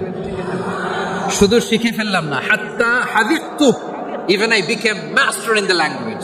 এই ভাষা আমি পারদর্শী হয়ে গেলাম। এরপর ইহুদিরা চিঠি লিখে পাঠালে আর কোনো ইহুদি ডাকা লাগতো না, আমি নবীর এটার অর্থ শুনে পরে বুঝাই দিতাম। আবার ইহুদিদের কাছে চিঠি লেখা লাগলে আমি যায়েদ বিন সাবিত চিঠি লিখে দিতাম। সুবহানাল্লাহ। দেখেন, এত সাহাবীর মধ্যে থেকে বিশ্বনবীর একাডেমিক প্রজেক্ট, ব্যক্তিগত সচিব, দোভাষী হিসেবে তিনি যায়েদ বিন সাবিতের মতো তরুণকে নির্বাচিত করেছেন। কেমন ট্যালেন্ট হান্টার ছিল আমার নবী। সুবহানাল্লাহ পড়বেন না? বিশ্বনবীর ইন্তেকালের পরে সাইয়েদনা আবু বকর রাদিয়াল্লাহু তাআলা আনহু যখন খলিফা হয়ে আসলেন, কোরআনকে সংকলনের দায়িত্ব দেয়া লাগবে, কোন সাহাবীকে দিবেন? সব সাহাবারা মিলে পরামর্শ করলেন। সাইয়েদনা আবু বকর, ওমর সবাই মিলে বিশাল কোরআন সংকলনের গুরু দায়িত্ব বিশ্বনবীর ব্যক্তিগত সচিব, বিশ্বনবীর দোভাষী, বিশ্বনবীর সিলেক্ট করাই লোক যায়েদ ইবনে সাবিত রাদিয়াল্লাহু তাআলা আনহুকে দিয়েছে। কোরআনের কপি তো আজকে এখানে রাখে নাই। এই যে আজকের যে কোরআন পড়েন, এটা আগে এরকম ছিল না। কোরআন নাজিল হলে সাহাবারা চামড়ার, উটের চামড়ায় লিখে ফেলতো, উটের চ্যাপ্টা হাড্ডির মধ্যে লিখে ফেলতো, গাছের গুড়ির মধ্যে লিখে ফেলতো। বিভিন্ন জনের কাছে ছড়ানো ছিটানো ছিল। আবু বকর রাদিয়াল্লাহু তাআলা আনহু একসাথে করলেন, পরবর্তীতে উসমান রাদিয়াল্লাহু তাআলা আনহু একসাথে করলেন। 114 সূরার এখন এই মুসহাফ, এই কম্পাইলেশন, এই কপি আমরা পেয়েছি, যার হিউজ কন্ট্রিবিউশন ছিল। এই পুরো কোরআন কম্পাইলেশনের প্রজেক্ট ম্যানেজার ছিল যায়েদ বিন সাবিত রাদিয়াল্লাহু তাআলা। কোরআন কম্পাইলেশনের প্রজেক্ট ম্যানেজার। দেখেন, উনারে মাথায় হাত দিয়ে আযান শিখায় নাই। সুবহানাল্লাহ কইবেন না? তাহলে প্রথম সাহাবী আবু মাহজুরাকে মুয়াজ্জিন বানাইলেন, যায়েদ বিন সাবিতকে ব্যক্তিগত সচিব আর দোভাষী বানালেন, মুসআব ইবনে উমাইর রাদিয়াল্লাহু তাআলা আনহুকে ইসলামের প্রথম অ্যাম্বাসেডর বানালেন। তাহলে তৃতীয় নাম্বার একজন সাহাবীর নাম বলছি, মুসআব ইবনে উমাইর। মুসআব কি নাম? মুসআব কি নাম? He was the first ambassador in Islam. ইসলামের প্রথম ডিপ্লোম্যাট, প্রথম কূটনৈতিক, ইসলামের প্রথম কূটনৈতিক, ইসলামের প্রথম ডিপ্লোম্যাট, প্রথম অ্যাম্বাসেডর মুসআব ইবনে উমাইর। মক্কার তরুণ যুবক, উনি পারফিউম লাগাইলে মানুষ দেখলেই বুঝতো এটা মুসআব লাগাইছে। এমন ড্যাশিং ফেসের ছিল, এমন স্মার্ট ড্যাশিং ফেস, এমন পার্সোনালিটির মানুষ ছিল মুসআব রাদিয়াল্লাহু তাআলা আনহু। কারণ যিনি ইসলামের স্পোকম্যান হবেন, মুখপাত্র হবেন, তার স্মার্ট হওয়ার দরকার আছে না নাই? আকাবার প্রথম শপথ যখন হলো, তাদের সাথে বিষ্ণু ঈসা ইসলাম মদিনাতে একজন মুখপাত্র পাঠালেন, ডিপ্লোম্যাটকে পাঠালেন, অ্যাম্বাসেডর অফ ইসলাম। তিনি হচ্ছেন মুসআব ইবনে উমাইর। পড়েন সুবহানাল্লাহ। বিশ্বনবী দেখলেন সে অনেক স্মার্ট, তার ডেডিকেশন আছে, সিনসিয়ারিটি আছে, এবং মদিনায় যে আউস খাজরাজ গোত্রের নেতাদের সাথে ডিল করতে হবে, ইহুদিদের সাথে ডিল করতে হবে, ওখানে একজন পাক্কা জানো খেলোয়াড়ের দরকার আছে না নাই? মুসআব ইবনে উমাইর রাদিয়াল্লাহু তাআলা আনহু, ওনাকে বিষ্ণু ঈসা ইসলাম চুজ করলেন। এবং বিষ্ণু ঈসা ইসলামের এই চুজিংটা, এই সিলেকশনটা এত সুন্দর ছিল, তিনি মদিনাতে যে বিশ্বনবী আসার আগেই মদিনার জমিনকে তিনি উর্বর করে ফেলছেন। প্রতিটা ঘরে ঘরে কালিমার দাওয়াত তিনি পৌঁছায় দিচ্ছেন। জুমার বিধান নাজিল হয়েছে, কিন্তু মক্কায় পরিবেশ নাই জুমা পালনের। বিষ্ণু ঈসা ইসলাম একজনকে দিয়ে খবর পাঠালেন, যাও মদিনায় মুসাবকে যে বলো, মুসাব তো আমার শিক্ষক, আমার স্পোকম্যান, মদিনাতে যেন তারা জুমা কায়েম করে। বিশ্বনবীর আগেই মুসআব মদিনার মুসলিমদেরকে নিয়ে মদিনায় প্রথম জুমা কায়েম করে ফেলছে। সুবহানাল্লাহ। ডিপ্লোম্যাটদের কেমন হইতে হয়, হ্যাঁ, অ্যাম্বাসেডরের কেমন হইতে হয়, মুসআব রাদিয়াল্লাহু তাআলা আনহুর কাছ থেকে শিখে নাও। মুসআব নামটা কেমন লাগে? যশোর, যাদের সন্তান হবে ছেলে সন্তান, আমার রাস্তায় পাইলে সবাই জিজ্ঞেস করে হুজুর একটা নাম দেন, আমার ছেলে হবে। যশোরবাসীর জন্য আমি একটা নাম দিয়ে দিলাম, নাম রাখতে হবে মুসআব। কি নাম? নামটা যাদের ভাল লাগে, ছেলে সন্তান অনাগত আসবে, মনে চাইলে নাম রেখে দিবেন মুসআব রাদিয়াল্লাহু তাআলা আনহুর নামে মুসআব। তাহলে মুসআব রাদিয়াল্লাহু তাআলা আনহুকে বিশ্বনবী ল্যাঙ্গুয়েজ শিখান নাই, সফট স্কিল শিখান নাই। যায়েদ রাদিয়াল্লাহু তিনি হিব্রু ল্যাঙ্গুয়েজ শিখেছেন, সুরিয়ানি শিখেছেন, কিন্তু মুসআবকে তিনি বানিয়েছেন the spokesman of Islam, the first diplomat, the ambassador of Islam. সুবহানাল্লাহ পড়বেন না? আব্দুল্লাহ ইবনে আব্বাস রাদিয়াল্লাহু তাআলা আনহু বিশ্বনবীর কাজিন, চাচাতো ভাই। আবার মাইমুনা রাদিয়াল্লাহু তাআলা আনহু, মাইমুনা নবীর স্ত্রী, তিনি ছিলেন আব্দুল্লাহর আপন খালা। তো নবীর বউ যদি ওনার খালা হয়, নবী তার কি? বুঝে নাই, নবী তার কি? খালু। তাহলে সম্পর্ক অনেক গভীর, কাজিন আবার খালু, ছোট্ট মানুষ, তাই রাতে মাঝে মাঝে ঘরে থাকতো। বিশ্বনবী দেখলেন আব্দুল্লাহ যেহেতু আমার ঘরে ঢুকতে পারে, আব্দুল্লাহরে এই উম্মতের বড় শিক্ষাবিদ বানাইতে হবে। কথা বোঝা নাই? আব্দুল্লাহকে কি বানাইতে হবে? শিক্ষাবিদ, এডুকেটর অফ দিস উম্মাহ, এই উম্মার শিক্ষাবিদ বানাইতে হবে। তাই আব্দুল্লাহ ইবনে আব্বাসকে বিশ্বনবী হাতে কলমে শিক্ষা দিয়েছেন। তো বিশ্বনবী রাতে যখন তাহাজ্জুদ পড়তেন, ছোট্ট আব্দুল্লাহ ঘরে থাকতো। বুঝতে পেরেছেন? ছোট্ট মানুষ তো ঘরে থাকতো। তো বিশ্বনবী তাহাজ্জুদের জন্য একবার দাঁড়িয়েছেন, ছোট্ট আব্দুল্লাহ ওযু করে দাঁড়াইছে। আচ্ছা বলেন তো, ইমাম আর মুসল্লি মোট যদি দুইজন হয়, একজন ইমাম একজন মুসল্লি, তো মুসল্লি ইমামের কোন দিকে দাঁড়াবে? ডানে দাঁড়াবে। ছোট্ট আব্দুল্লাহ বোঝে নাই, বিশ্বনবী তাহাজ্জুদ শুরু করেছেন, উনি একতেদা করছেন আর দাঁড়াইছেন বায়ে। কোথায় দাঁড়িয়েছেন? আব্দুল্লাহ বলেন, যখন আমি বায়ে দাঁড়ালাম, আখাযা রাসূলুল্লাহ সাল্লাল্লাহু আলাইহি ওয়াসাল্লাম উযুনি আল ইয়ুমনা ইয়াফতিলুহা, বিশ্বনবী নামাজরত অবস্থায় আমার কান ধরে টেনে আমার ডান দিকে এনে দাঁড় করায় দিলেন। পড়েন সুবহানাল্লাহ। দেখেন হাতে কলমে শিক্ষা। আর জীবনে ভুলাবে? কথা কয় না, আর ভুলাবে? আর ভুল হবে না। এভাবে বিশ্বনবীর অনেক সঙ্গ পেয়েছেন, সফর করেছেন, একই বাহনে বসেছেন, এক বাহনে বসে লম্বা নাসিহত করেছেন, বলেছেন ইয়া গোলাম ইহফাজিল্লাহ ইয়াহফাজকা ইহফাজিল্লাহ তাজিদহু তুজাহাক ইযা সাআলতা ফাসআলিল্লাহ ওয়া ইযা ইসতাআনতা ফাসতাইন বিল্লাহ। আল্লাহর বিধান মানো, আল্লাহর বিধান রক্ষা করো, আল্লাহ তোমায় রক্ষা করবে। আব্দুল্লাহ, চাইতে হলে আল্লাহর কাছে চাও, সাহায্য চাইতে হলে আল্লাহর কাছে সাহায্য চাও। মনে রাখো, গোটা বিশ্বের সবাই যদি তোমার সাহায্য করতে চায়, ততটুকুই করতে পারবে যতটুকু আল্লাহ তোমার নসিবে রেখেছে। গোটা বিশ্ব যদি তোমার বিরুদ্ধে ষড়যন্ত্রে দাঁড়িয়ে যায়, ক্ষতি ততটুকু করতে পারবে যতটুকু তোমার জন্য বরাদ্দ আছে। এর বাইরে কিছু করতে পারবে না। আওয়াজ করে বলেন ঠিক কিনা? এভাবে হাতে কলমে শিখিয়েছেন, বিশ্বনবী সঙ্গ পেয়েছেন। উনাকে বিষ্ণু ইসলাম শিক্ষাবিদ, এডুকেটর অফ দিস উম্মাহ হিসেবে সিলেক্ট করেছেন, হাতে কলমে শিখিয়েছেন। বিশ্বনবী একবার প্রকৃতির ডাকে সাড়া দিয়ে এসেছেন। এখন কি করতে হবে? নামাজের জন্য ওযু করতে হবে। বিশ্বনবী এসেই দেখেন ওযুর বদনায় পানি ভরা, খুশি হয়ে গেলেন, বললেন কে রেখেছে পানি? একজন বলল আব্দুল্লাহ রেখেছে। বিশ্বনবী অত্যন্ত খুশি হলেন, খুশি হয়ে একটা দোয়া করলেন, বললেন আল্লাহুম্মা ফাক্কিহু ফিদ্দীন ওয়া আল্লিমহু তা'ওয়ীল। আল্লাহ, তুমি আব্দুল্লাহকে দ্বীনের বুঝ দিও আর কোরআনের তাফসীর শিক্ষা দিও। বিশ্বনবীর এই দোয়া এমন লাগছে, উনি রাইসুল মুফাসসিরিন, এই পৃথিবীতে যত মুফাসসির ছিল, যত মুফাসসির আসবে, সকল মুফাসসিরের সম্রাট হিসেবে স্বীকৃত হয়েছেন আব্দুল্লাহ ইবনে আব্বাস। বিশ্বনবী ওনারে আজান শিখান নাই, বিশ্বনবী ওনারে ল্যাঙ্গুয়েজ শিখান নাই, বিশ্বনবী ওনারে অ্যাম্বাসেডর বানান নাই, হাতে কলমে শিক্ষা দিয়েছেন। ছোট্ট মানুষ, বিশ্বনবী ইন্তেকাল করলেন, আবু বকরের সময় গেল, ওমরে ফারুকের খেলাফত, তখনও তিনি তরুণ। ওমরে ফারুক রাদিয়াল্লাহু তাআলা আনহু ওনার ক্যাবিনেট মিনিস্ট্রির বৈঠকে এই আব্দুল্লাহ ইবনে আব্বাসকে পাশ দিয়ে বসায় রাখতেন। বয়স্ক সাহাবারা এটা পছন্দ করতো না, তারা বলতো ঘটনা কি, আব্দুল্লাহর মতো ছেলে নাতি আমাদের আছে, এরা কেন রাখে ওমরে ফারুক? ওমরে ফারুক এটা টের পেলেন, তিনি বুঝতে পারলেন যে ক্যাবিনেট মেম্বাররা এটা পছন্দ করে না, ছোট্ট আব্দুল্লাহরা কেন রাখি, কেন যে রাখি, এটা একদিন বুঝাবো। একদিন মিটিং এ তিনি সবাইকে বললেন ইদা জাআ নাসরুল্লাহি ওয়াল ফাতহ। এই আয়াত দ্বারা উদ্দেশ্য কি বলেন তো মুরব্বী সাহাবীরা? এক সাহাবী বলেন এই সূরা দ্বারা উদ্দেশ্য, আল্লাহ বলেছেন আমাদেরকে বিভিন্ন ল্যান্ড, বিভিন্ন এলাকা বিজয় করতে হবে। ওমরে ফারুক বললেন না, হয়নি।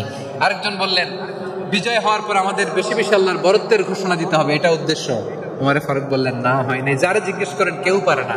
সব শেষে বিশ্বনবী ছোট্ট আব্দুল্লাহরে বলেন, আব্দুল্লাহ, ইদা জা নাসরুল্লাহি ওয়াল ফাত, এর দ্বারা উদ্দেশ্য কি বলো তো? ছোট্ট আব্দুল্লাহ বলেন, হুয়া আজালু রাসূলিল্লাহ। এই আয়াত দ্বারা বিশ্বনবীর বিদায়কে উদ্দেশ্য নেওয়া হয়েছে। উমরে ফারুক বললেন, হাদা হুয়া, এটাই তো সঠিক উত্তর, এটাই সঠিক তাফসীর এই আয়াতের। কারণ ইদা জা নাসরুল্লাহি ওয়াল ফাত, যখন আল্লাহর সাহায্য আর বিজয় আসবে, আপনি দেখবেন দলে দলে ঢলে ঢলে বানের পানির মতো মানুষ ইসলামের দিকে ঢুকতেছে, ইসলামের বিজয় হয়েছে। তো ইসলামের বিজয়ের মিশন নিয়ে নবী আসছে, বিজয়ী যখন হয়ে গেছে এখন তো নবীর বিদায় হবে। জোরে বলেন ঠিক কিনা? কোন সাহাবী এই সূক্ষ্ম কথাটা ধরতে পারে নাই, ওই আব্দুল্লাহ ছাড়া। আব্দুল্লাহ যখন উত্তর দিছে, সব সাহাবীদের টনক নড়েছে।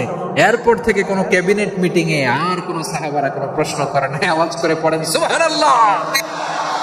বিশ্বনবী আব্দুল্লাহ ইবনে আব্বাসকে দ্য এডুকেটর অফ দ্য উম্মাহ, উম্মার শিক্ষাবিদ হিসেবে গ্রহণ করেছেন। আওয়াজ করে পড়তে হবে আল্লাহু আকবার। সাহাবীদের নামগুলো মনে থাকবে? 1 নম্বরে আবু মাহজুরা, মুয়াজ্জিন বানাইছেন। যায়েদ ইবনে সাবিত, দোভাষী, ট্রান্সলেটর অফ প্রফেট, এবং তিনি ছিলেন বিশ্বনবীর ব্যক্তিগত সচিব। Musab ibn Umair, the first ambassador and diplomat of Islam. Abdullah ibn Abbas, এই উম্মার সবচেয়ে বড় এডুকেটর, শিক্ষাবিদ। আরেকজন ছিল আব্দুল্লাহ ইবনে মাসউদ রাদিয়াল্লাহু তাআলা। 2 আব্দুল্লাহ, আব্বাস গেল, আরেকজন হচ্ছে মাসউদ। মক্কার তরুণ, ছাগল পালতো মুশরিকের বিশ্বনবী আর আবু বকর রাদিয়াল্লাহু তাআলা আনহু একবার গেলেন, যে দেখে এই তরুণ দাঁড়ায় আছে। বিশ্বনবী বলেন, আমি খুব ক্ষুধার্ত, তোমার কাছে কি দুধ আছে ছাগলের? আব্দুল্লাহ ইবনে মাসউদ বলে, আছে। ওয়ালাকিন আনা মুতামান, যে দুধ আছে এটা আমানতের, আমি দিতে পারবো না। বিশ্বনবী এইটা শুনে তার টার্গেট করে ফেলছে। আনা মুতামান, দুধ আছে কিন্তু এটা আমার মালিকের, আমি তো দরদ দেখায় আমার মালিকের দুধ আপনি পথি, আপনারা দিতে পারি না। বিশ্বনবী টার্গেট করে ফেলছেন, আরে আমার কাজে লাগাইতে হবে। বিশ্বনবী বলেন, আচ্ছা ঠিক আছে, দুধ দিও না, কিন্তু এমন ছাগি আছে কিনা যে ছাগির সাথে কোনো ছাগলের মিলন হয় নাই, তার ওলানে দুধও আসে নাই, বাচ্চাও নাই। এরকম ছাগির থেকে যদি আমি দুধ খাই তাহলে তো সমস্যা নাই। বলতেছে, এরকম ছাগির থেকে দুধ খাইলে সমস্যা নাই, কারণ এরকম ছাগির ওলান থেকে দুধ আসবেও না। বলতেছে, ঠিক আছে, এরকম একটা ছাগি নিয়ে আস। নিয়ে আসা হলো। বিশ্বনবী বিসমিল্লাহ বলে ওই ছাগির ওলানে হাত দিলেন। হাত দিতে দেরি, পুরো ওলানটা দুধে ভরে যেতে দেরি হয় না। বিশ্বনবী আর আবু বকর রাদিয়াল্লাহু তাআলা দহন করে পেট ভরে খেলেন। এই দৃশ্য আব্দুল্লাহ ইবনে মাসউদের হৃদয়ে দাগ কাটলো। এই মুজিজা দেখে তিনি বললেন, আশহাদু আল্লা ইলাহা ইল্লাল্লাহ ওয়া আশহাদু আন্না মুহাম্মাদুর রাসূলুল্লাহ। তিনি ষষ্ঠ মুসলিম ছিলেন, 6 নম্বর মুসলমান। ওনাকে টার্গেট করে বিশ্বনবী দেখলেন এমন ইন্টেলেকচুয়াল ব্রেন, উনি সূক্ষ্ম সূক্ষ্ম জিনিস বুঝে বেশি, ফিকহি জ্ঞান ওনার মধ্যে বেশি। বিশ্বনবী ওনাকে কোরআনের জ্ঞান শিক্ষা দিতে লাগলেন। উনি বিশ্বনবী সবার কাছে কোরআন শোনায়, কিন্তু বিশ্বনবী নিজে আব্দুল্লাহ ইবনে মাসউদের কাছ থেকে কোরআন শুনতো। বিশ্বনবী একবার বললেন, ইকরা আলাইয়া ইয়া মাসউদ। ইবনে মাসউদ একবার শোনাও তো কোরআন দেখি। আব্দুল্লাহ ইবনে মাসউদ বলে, আকরাউ আলাইকা ওয়া আলাইকা উনজিল। নবী, আপনার উপর কোরআন নাজিল হয় আর আমি আপনার সামনে কোরআন পড়ব। বিশ্বনবী বললেন, ইন্নী উহিব্বু আন আসমাআহু মিন গায়রি। আমি নিজে পড়তে যেমনি ভালোবাসি, অন্যে পড়ুক আমি শুনবো, এটাও আমি ভালোবাসি। সূরা নিসা তিনি তেলাওয়াত করে শুনিয়েছেন। এমন সূক্ষ্ম সূক্ষ্ম বিষয় বিশ্বনবী ওনাকে ধরিয়ে দিয়েছেন। উনি হয়ে গিয়েছেন আব্দুল্লাহ ইবনে আব্বাস, হয়েছেন রাইসুল মুফাসসিরিন, উনি হয়ে গিয়েছেন ফাকিহুল উম্মাহ। ওনার চাইতে বড় ফকিহ এই পৃথিবী আর দেখবে না। চিল্লায় বলেন সুবহানাল্লাহ। উনি বলতেন, ওয়াল্লাহি ওয়াল্লাহি ইল্লাযী লা ইলাহা গায়রু মা উনজিলাত সূরাতুন ইল্লা ওয়া আনা আ'লামু আইনা উনজিলাত ওয়া ফীমা উনজিলাত। বিশ্বনবী এমন ভাবে কোরআনের দার্স আমাকে দিয়েছেন, কোরআনে যত সূরা নাজিল হয়েছে, যেখানে নাজিল হোক না কেন আমি জানি এটা কোথায় নাজিল হয়েছে এবং কোন প্রেক্ষাপটে নাজিল হয়েছে। এমন একটা সূরা নাই যে সূরার কোথায় নাজিল হয়েছে আমি মাসুদের জানা নাই, কোন প্রেক্ষাপটে নাজিল হয়েছে আমার জানা নাই। এরকম ঘটবে না। চিল্লায় বলেন আল্লাহু আকবার। এই আব্দুল্লাহ ইবনে মাসউদ রাদিয়াল্লাহু তাআলা ওমর ফারুকের সময় কুফার চিফ জাস্টিস ছিলেন। কুফা নগরীর চিফ জাস্টিস। চিফ জাস্টিস বুঝেন নাই? বিচারপতি। কি ছিলেন? সবাই বলে নাই, কি ছিলেন? বিচারপতি ছিলেন।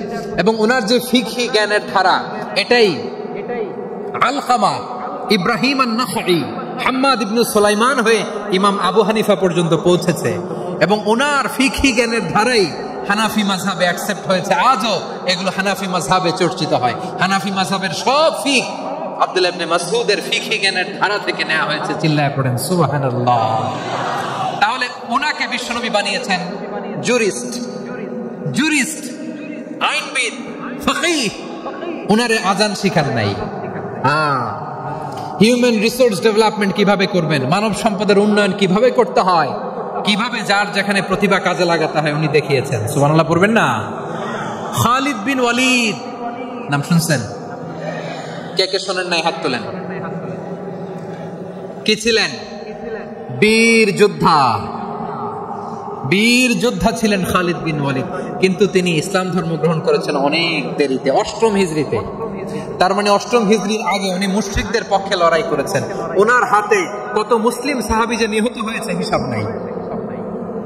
বিষ্ণুনবী টার্গেট করে রাখছে, তুমি আমাদের মুসলিমদের এত ক্ষতি করলা, তুমি যখন মুসলমান হবা তোমার দিয়ে আমি এমন কাম করাবো যে এটা আর কেউ করতে পারবে না। সুবহানাল্লাহ নাই? যশোর ক্লান্ত হয়ে গেছে।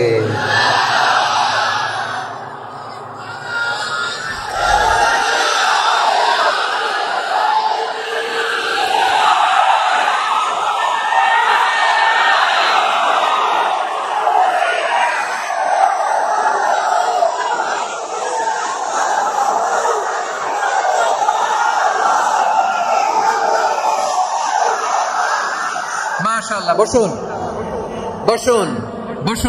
খালিদ বিন ওয়ালিদ রাদিয়াল্লাহু তাআলা 8ম হিজরিতে মুসলিম হয়েছেন, মক্কা বিজয়ের আগে। তো মক্কা বিজয়ের আগে যখন মুসলিম হয়েছেন, এর আগে কি করছেন? কাফিরদের সাথে যুদ্ধ করেছেন। উনি উহুদের যুদ্ধে মুসলমানদের যে পরাজয় ভাব, কঠিন পরিস্থিতির মুখোমুখি উনার কারণে পিছন থেকে এমন আতর্কিত আক্রমণ করেছেন, মুসলমানদেরকে কচুকাটা করেছেন। 8ম হিজরিতে আল্লাহ তাআলা হেদায়েতের নূর দিয়ে ওনার হৃদয়টাকে উজালা করে দিলেন। লা ইলাহা, এটা এমন বাণী যার হৃদয়ে একবার টাচ খাবে এইটা থেকে সে আর পালিয়ে বেড়াতে পারে। ঝিনুকের ভেতর লুকিয়ে থাকে যেমন মতি, ঝিনুকের ভেতর লুকিয়ে থাকে যেমন মতি, কালমা শাহাদাতে আছে আল্লাহর জ্যোতি, কালমা শাহাদাতে আছে আল্লাহর জ্যোতি। ঠিক কিনা বলেন? মক্কা বিজয়ের আগে মুসলিম হলেন, হওয়ার পরেই বিশ্বনবীর টার্গেট ফুলফিল হলো। ওই যে টার্গেট করে রেখেছেন আর দোয়া করেছেন, খালিদ বিন ওয়ালিদ যদি মুসলিম হয় তাকে আমি মিলিটারি চিফ বানাবো। ওনাকে আজান শিখান নাই, ওনারে কান ধরে নামাজের এই মাথা থেকে ওই মাথা আনান নাই, ফিকহি কোরআনের সূক্ষ্ম তাফসীর ওনারে শিখান নাই, অ্যাম্বাসেডর বানান নাই। বিষ্ণু ইসলাম ওনাকে সামরিক অভিযানে প্রেরণ করেছেন। তিনি প্রেরণ করেছেন। ওনার জীবদ্দশায় ওনার নেতৃত্বে যতগুলো যুদ্ধ হয়েছে, একটা যুদ্ধেও তিনি পরাজয় বরণ করেন নাই। ওমর ফারুকের সময়কালে তিনি চিফ অফ মুসলিম মিলিটারি, মানে মুসলিম সেনাপতি হয়েছেন। যশোর, আওয়াজ করো, ঠিক কিনা বলো? সেনাপতি, মুসলিম সেনাপতি। তাহলে কিভাবে হিউম্যান রিসোর্স ব্যবহার করতে হয় গোটা বিশ্ব আমার নবীর কাছ থেকে শিখে না। খালিদ বিন ওয়ালিদ, ওনাকে বিশ্বনবী একটা উপাধি দিয়েছেন। উপাধিটা হচ্ছে সাইফুল্লাহিল মাসলুল, আল্লাহর নাঙ্গা তরবারি, আল্লাহর খোলা তরবারি, দ্য ওপেন সোর্ড অফ আল্লাহ। খালিদ বিন ওয়ালিদ মুসলিম সেনাপতি। হাসান বিন সাবিত নাম শুনছেন? দেখি উনি কি ছিল বলেন। রাসূলের সভা কবি, কালচারাল হিজিমনিকে ডিফিট করার জন্য। উনি ভালো অস্ত্র চালানো জানতেন না, ওই কাজে উনি যেতেন না। উনার ছিল কাব্য প্রতিভা। কাফিররা কবিতা দিয়ে নবীকে গালি দিত। বিশ্বনবী বলতেন, ইয়া হাসান আজিব আন রাসূলিল্লাহ, তুমি নবীর হয়ে কাফেরদের এই কথাগুলোর জবাব দাও। বিশ্বনবীর একটা মিম্বার ছিল। বিশ্বনবীর মিম্বারের পাশাপাশি মসজিদে নববীতে এই হাসান বিন সাবিতের জন্য বিশ্বনবী একটা স্পেশাল মিম্বার বানিয়ে দিয়েছেন। এখান থেকে তুমি জবাব দাও। এবং বিশ্বনবী বলেছেন, আল্লাহুম্মা আইয়িদহু বিরূহিল কুদুস, আল্লাহ হাসান আমার পক্ষে জবাব দেয়, তুমি জিব্রাইল মারফত তাকে সাহায্য পাঠায়া দিও। রাসূল সাল্লাল্লাহু আলাইহি ওয়াসাল্লামের সভা কবি, the poet of the prophet, নবীর কবি। উনি কবিতা দিয়ে, এমন উচ্চাঙ্গের ভাষায় কবিতা দিয়ে তিনি জবাব দিতেন, কাফিরদের গা শিহরে যেত। তাদের হৃদয়ে আগুন ধরে যেত, তাহলে এরকম কবিরও দরকার আছে না নাই? এখন যাকে আল্লাহ দিছে কাব্য প্রতিভা, এরা যদি আপনি যুদ্ধের ময়দানে পাঠান হবে? যারে দিছে সুরেলা গলা, এরা যদি অ্যাম্বাসেডর বানান হবে না। হাসান বিন সাবিত ছিলেন বিশ্বনবী সাল্লাল্লাহু আলাইহি ওয়াসাল্লামের কবি। হুযায়ফা ইবনুল ইয়ামান বিশ্বনবীর গোয়েন্দা বিভাগের প্রধান। কিসের প্রধান? হুযায়ফা ইবনুল ইয়ামান, ওনার ছিল ডিটেকটিভ মাইন্ড, গোয়েন্দা বিভাগের প্রধান, এবং উনি হচ্ছেন সাহিবু সিররি রাসূলিল্লাহ, রাসূল সাল্লাল্লাহু আলাইহি ওয়াসাল্লামের গোপন তথ্যের ধারক বাহক। নবীর যেই কথা কেউ জানে না, সব হুযায়ফার পেটের ভিতরে ছিল। সুবহানাল্লাহ পড়েন। মদিনার যত ইহুদিদের একটা লিস্ট ছিল, এই লিস্ট শুধু দুইজন জানতো, বিশ্বনবী আর হুযায়ফা। সুবহানাল্লাহ পড়বেন না? তাহলে ওনাকে কোন দায়িত্ব দিছে? কোন বিভাগ? যশোর, আওয়াজ করো, কোন বিভাগ? গোয়েন্দা বিভাগের হেড ছিল। খন্দকের যুদ্ধে প্রচন্ড আজকের মতো শৈত্য প্রবাহ, মাটি খনন করতে করতে সাহাবীদের পেটে ক্ষুধা নাই, দাঁড়াইতে পারে না নামাজের জন্য, এত ক্লান্ত, ক্ষুধা, ক্লান্ত, শ্রান্ত। বিশ্বনবী বললেন, কে আছো?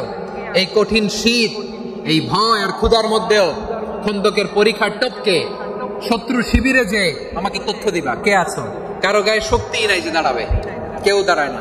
বিশ্বনবী তখন নিজে হুযায়ফাকে ডাক দিলেন, হুযায়ফা, যে আমাকে আজকে শত্রু শিবিরের তথ্য এনে দিবে, সে জান্নাতে আমার মোরাফাকা, আমার সঙ্গী হবে।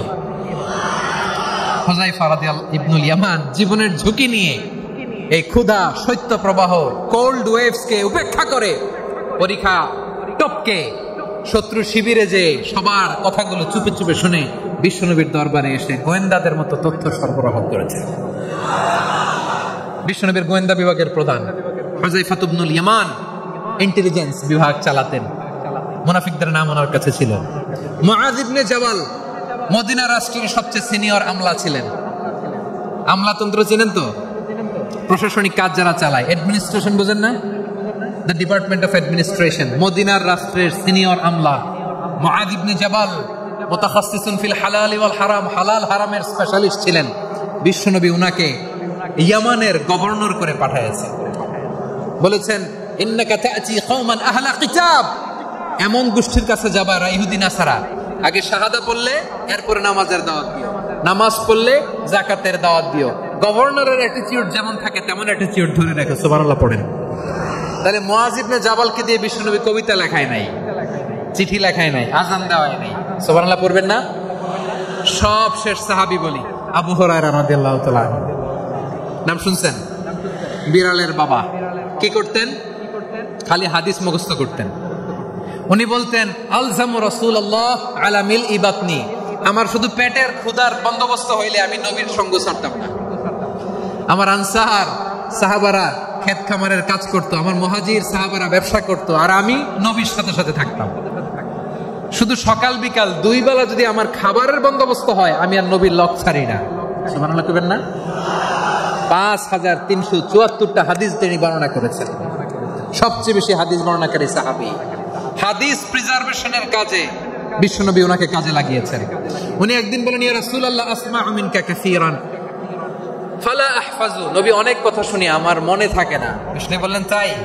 তুবসিত রিদাক, তোমার চাদরটা বিছাও। আবু হুরায়রা বিছালেন, বিশ্বনবী হাত বুলায় দিলেন, এরপরে অনেক হাদিস বর্ণনা করলেন। আবু হুরায়রা বলে, তারপর থেকে বিশ্বনবী যাই বর্ণনা করে আমি শুনি আর একটাও ভুলি না। এখন সুবহানাল্লাহ। বিশ্বনবী ওনাকে হাদিস প্রিজার্ভেশন, নবীর এই যে লক্ষ্য হাদিস প্রিজার্ভেশনের এই দায়িত্ব দিয়েছেন সাইয়েদনা আবু হুরায়রা রাদিয়াল্লাহু তাআলা আনহুকে। প্রিয় ভাইরা, তাহলে 10 জন সাহাবীর কথা যে বললাম, আপনারা কি খেয়াল করেছেন কত বড় ট্যালেন্ট হান্টার, চৌকস ট্যালেন্ট হান্টার ছিল আমার নবী। এক একজনের এক এক ট্যালেন্ট, এক এক কাজে অ্যাসাইন করেছেন, এক একজনকে এক এক দায়িত্ব দিয়েছেন, এক একজনের প্রতিভাকে এক এক ভাবে বিকশিত হওয়ার সুযোগ দিয়েছেন। আওয়াজ করে বলেন ঠিক কি না? এখন আমার পর্দার আড়ালে আমার মায়েরা বলবে, এতগুলো পুরুষ সাহাবীর কথা বললো, নারী সাহাবীরা কি কিছু করে নাই?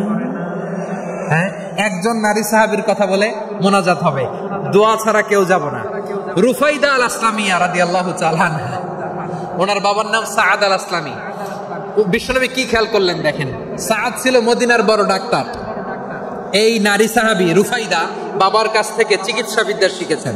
যখন শিখছে বিশ্বনবী দেখলেন আমার তো প্রতি সপ্তাহে সপ্তাহে যুদ্ধে আহত সাহাবীদের সেবা দিবে কে? বিশ্বনবী রুফাইদাকে বললেন, রুফাইদা তুমি মসজিদে নববীর পাশে একটা মেডিকেল ক্যাম্প করো।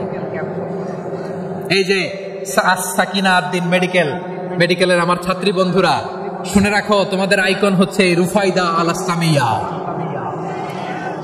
বিশ্বনবীর ডিরেকশন অনুযায়ী তিনি মসজিদে নববীর পাশে একটা মেডিকেল ক্যাম্প করলেন এবং আহত সাহাবাদের চিকিৎসা উনি ওনার টিম নিয়ে দিতেন। বিশ্বনবীর পরামর্শে উনি আনসারি এবং মুহাজির মহিলা সাহাবীদেরকে নিয়ে একটা স্পেশাল মেডিকেল টিম গঠন করলেন। খায়বার যুদ্ধে 7ম হিজরিতে যখন বিশ্বনবী যায়, উনি ওনার টিম নিয়ে আসলেন, বললেন, ইয়া রাসূলুল্লাহ, আমরা তো তলোয়ার চালাতে পারি না, আমরা তো তীর মারতে পারি না, আপনি যদি অনুমতি দেন খায়বার অভিযানে আমি আমার টিম নিয়ে মেডিকেল টিমের সেবাটা সার্ভিসটা দিতে চাই। পড়েন সুবহানাল্লাহ। বিশ্বনবী অনুমতি দিলেন, যোদ্ধা সাহাবীদের সাথে রুফাইদা আল ইসলামিয়া উনিও মেডিকেল টিম নিয়ে অগ্রসর হলেন। খায়বারের প্রতিটা আহত ইনজুর্ড সাহাবী যারা ইনজুরির শিকার হয়েছেন সবাই রুফাইদা আল ইসলামিয়ার এই মেডিকেল ক্যাম্প থেকে চিকিৎসা সহায়তা পেয়েছেন। সুবহানাল্লাহ পড়েন। দেখেন কিভাবে বিশ্বনবী ট্যালেন্ট বাছাই করতেন। আপনি অবাক হবেন, বাহরাইনের মেডিকেল ইউনিভার্সিটিতে রুফাইদা আল ইসলামিয়া মেডিকেল প্রাইজ অ্যাওয়ার্ড প্রতি বছর দেয়া হয়। যদি 8 দিনের এই মেডিকেল আমার বোনেরা যদি জেনে থাকো জানো, না হলে নতুন করে জানো, সার্চ দিও রুফাইদা আল ইসলামিয়া মেডিকেল অ্যাওয়ার্ড বাহরাইনের ইউনিভার্সিটিতে দেওয়া হয়। প্রিয় ভাইয়েরা, তাহলে আলোচনার সামারি আমরা করি। বিশ্বনবী যার যেখানে ট্যালেন্ট তাকে ওইখানে কাজে লাগাতেন। আওয়াজ করে বলেন ঠিক কিনা? এবার একটা ইন্টারভিউ হবে, আওয়াজ করে বলেন, আবু মাহজুরাকে বিশ্বনবী কি বানাইছেন? হ্যাঁ, ভুলে গেছেন? সামনের চুলে হাত দিয়ে বিশ্বনবী কি সুন্দর গলায় আজান শিখালেন। মুয়াজ্জিন যায়েদ বিন সাবিতকে একাডেমিক প্রজেক্টের দায়িত্ব দিয়েছেন, তিনি ছিলেন বিশ্বনবীর দোভাষী ব্যক্তিগত সচিব। Musab ibn Umair the first ambassador of Islam, Abdullah ibn Abbas উম্মার বড় শিক্ষাবিদ মুফাসসির, আব্দুল্লাহ ইবনে মাসউদ ছিলেন জুরিস্ট। কি ছিলেন? জুরিস্ট ছিলেন, এই উম্মার সবচেয়ে বড় জুরিস্ট। খালিদ বিন ওয়ালিদ সেনাপ্রধান। হাসান বিন সাবিত ছিলেন বিশ্বনবীর সভাকবি। কি ছিলেন? বিশ্বনবীর সভাকবি ছিলেন। এরপরে হুযায়ফা ইবনুল ইয়ামান কি ছিলেন? গোয়েন্দা বিভাগের প্রধান। মুআদ ইবনে জাবাল কি ছিলেন? সিনিয়র আমলা, ইয়ামানের গভর্নর। আবু হুরায়রা রাদিয়াল্লাহু তাআলা আনহু হাদিস প্রিজার্ভেশনের কাজ করেছেন। আর আমাদের রুফাইদা আল ইসলামিয়া রাদিয়াল্লাহু তাআলা আনহা কি ছিলেন? নার্স ছিলেন, নার্স হয়ে মেডিকেল সেবা দিয়েছেন। প্রিয় ভাইয়েরা, পুরো আলোচনার যদি সামারি করি তাহলে বিশ্বনবী যেভাবে হিউম্যান রিসোর্সকে ম্যানেজ করেছেন, যার যেখানে প্রতিভা কাজে লাগিয়েছেন, আমরাও যদি করি আমাদের বাংলাদেশের চিত্র আমরা পাল্টে যেতে পারবো। আমরা শুরুতে শুনেছি মানুষের আছে অসীম সম্ভাবনা, প্রতিটা মানুষ অনন্য, যত্ন নিলে, যথাযথ পরিচর্যা করলে মানুষ বিশ্ব জয় করতে পারে। ঠিক কিনা? আমাদের হাফেজে কোরআনের সামনে দাঁড়াতে পারে এমন কোন হাফেজে কোরআন আল্লাহর জমিনে জন্ম হয় না। ওটা বিশ্ব কাঁপিয়ে তারা সেরা, আমাদের ক্রিকেটাররা সেরা, আমাদের তৈরি পোশাক শিল্প সেরা। এরকম অনেক অনেক সেরা জিনিস আছে, আমরা এগুলোর নার্চারিং করতে পারি নাই, পরিচর্যা করতে পারি নাই, সঠিক তারবিয়াতের অভাব। তাহলে মানুষের অসীম সম্ভাবনাকে কাজে লাগাতে হবে। ঠিক কিনা বলেন? ইউনুস গভর্নমেন্টকে আমি বলবো, অল্প সময়ের জন্য আপনারা এসেছেন, সংস্কারও করতে হবে, আবার নির্বাচনও করতে হবে। সব সংস্কার হতে করতে পারবেন না, যতটুকু পারবেন এর মধ্যে আমাদের যে হিউজ ম্যান পাওয়ার, আমাদের যে মানব সম্পদ, হিউম্যান রিসোর্স, এটাকে ডেভেলপ করে আপনাদের যেতে হবে। যেটা পারবেন না সেটাকে পরবর্তী নির্বাচিত গভর্নমেন্টের কাছে রেখে যেতে হবে, যে তারা যেন করে, তাদের কাছে আপনারা এটা রেখে যাবেন। তাহলে মানুষ চাইলে বিশ্ব জয় করতে পারে। আর মানুষকে হারাতে পারে কেউ? জোরে বলো যশোর, মানুষকে হারাতে পারে কেউ? আল্লাহ আমাদেরকে জনসংখ্যা দিয়েছেন প্রিয় ভাইয়েরা। এই জনসংখ্যা অনেক বড় সম্পদ, এটা আমাদের জন্য অভিশাপ নয়, আশীর্বাদ। আমাদের জনসংখ্যাকে যদি আমরা জনশক্তিতে রূপান্তর করতে পারি, আজকে বাংলাদেশ যে অবস্থানে দাঁড়িয়ে আছে, বাংলাদেশ তার 20 গুণ উন্নতির শিখরে চলে যাবে। চিল্লায় বলো ঠিক কিনা? আমাদের শ্রমিক ভাইয়েরা বাইরে কাজ করে, আমাদের শ্রমজীবী ভাইয়েরা, প্রবাসীরা, তাদের ব্যাপারে গুরুত্ব দিতে হবে। আমাদের শ্রমের দাম সবচেয়ে কম, সবচেয়ে কম। তারা এম্বাসিতে গুরুত্ব পায় না, এয়ারপোর্টে গুরুত্ব পায় না। এই সরকার অবশ্য তাদেরকে অনেক গুরুত্ব দিচ্ছে। আমাদের অদক্ষ শ্রমিককে যখন আমরা দুবাই পাঠাই, অল্প বেতন পায়, কিন্তু ইন্ডিয়ানরা দক্ষ শ্রমিক পাঠাইলে তার 3 গুণ বেতন পায়।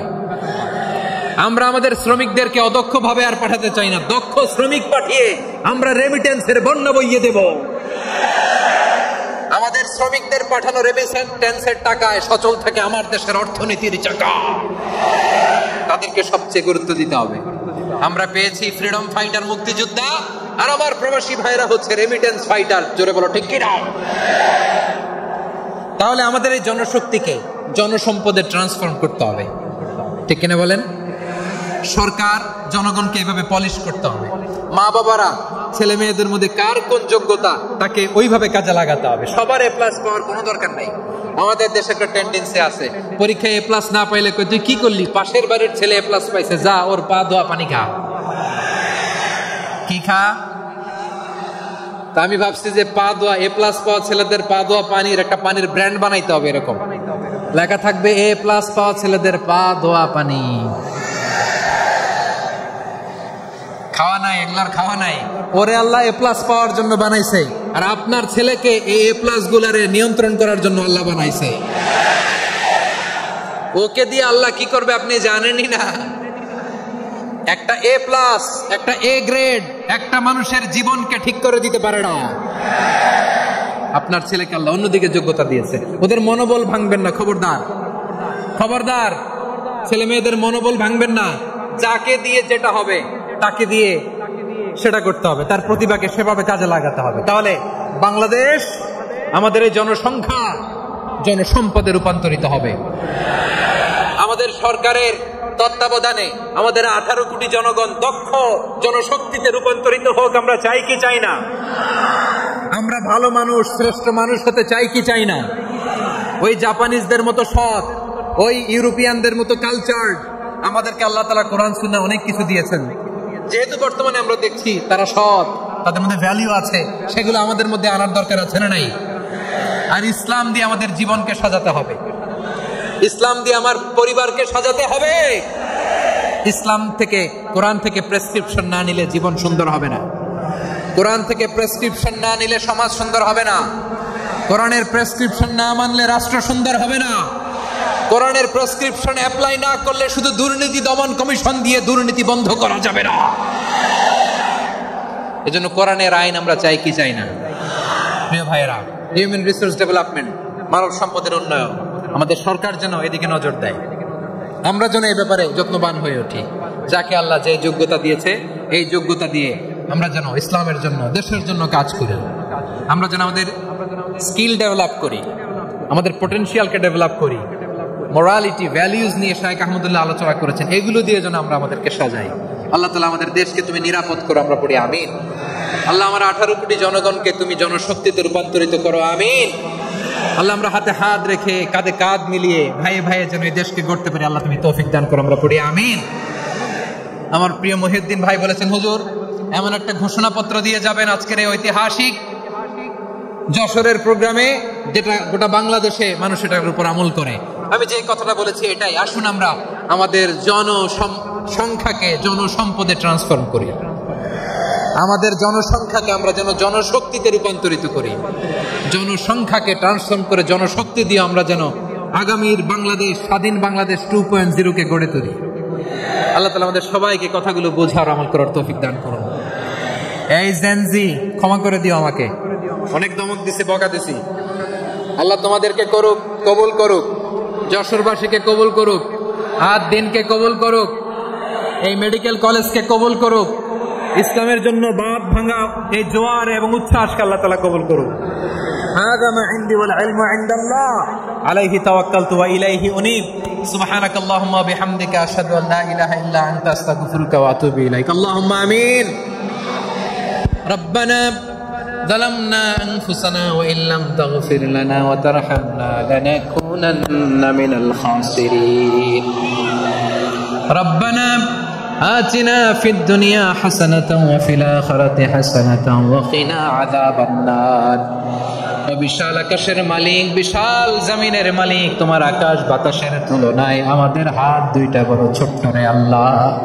ছোট দুটি হাত পেতে বুক ভরা আশা নিয়ে তোমার শাহী দরবারে চেয়ে রইলাম। আমাদের জিন্দেগির গুনাহ খাতা তুমি মাফ করে দাও। আমাদের আব্বা আম্মা দাদা দাদি আত্মীয় স্বজন সবার গুনাহ খাতা তুমি মাফ করে দাও।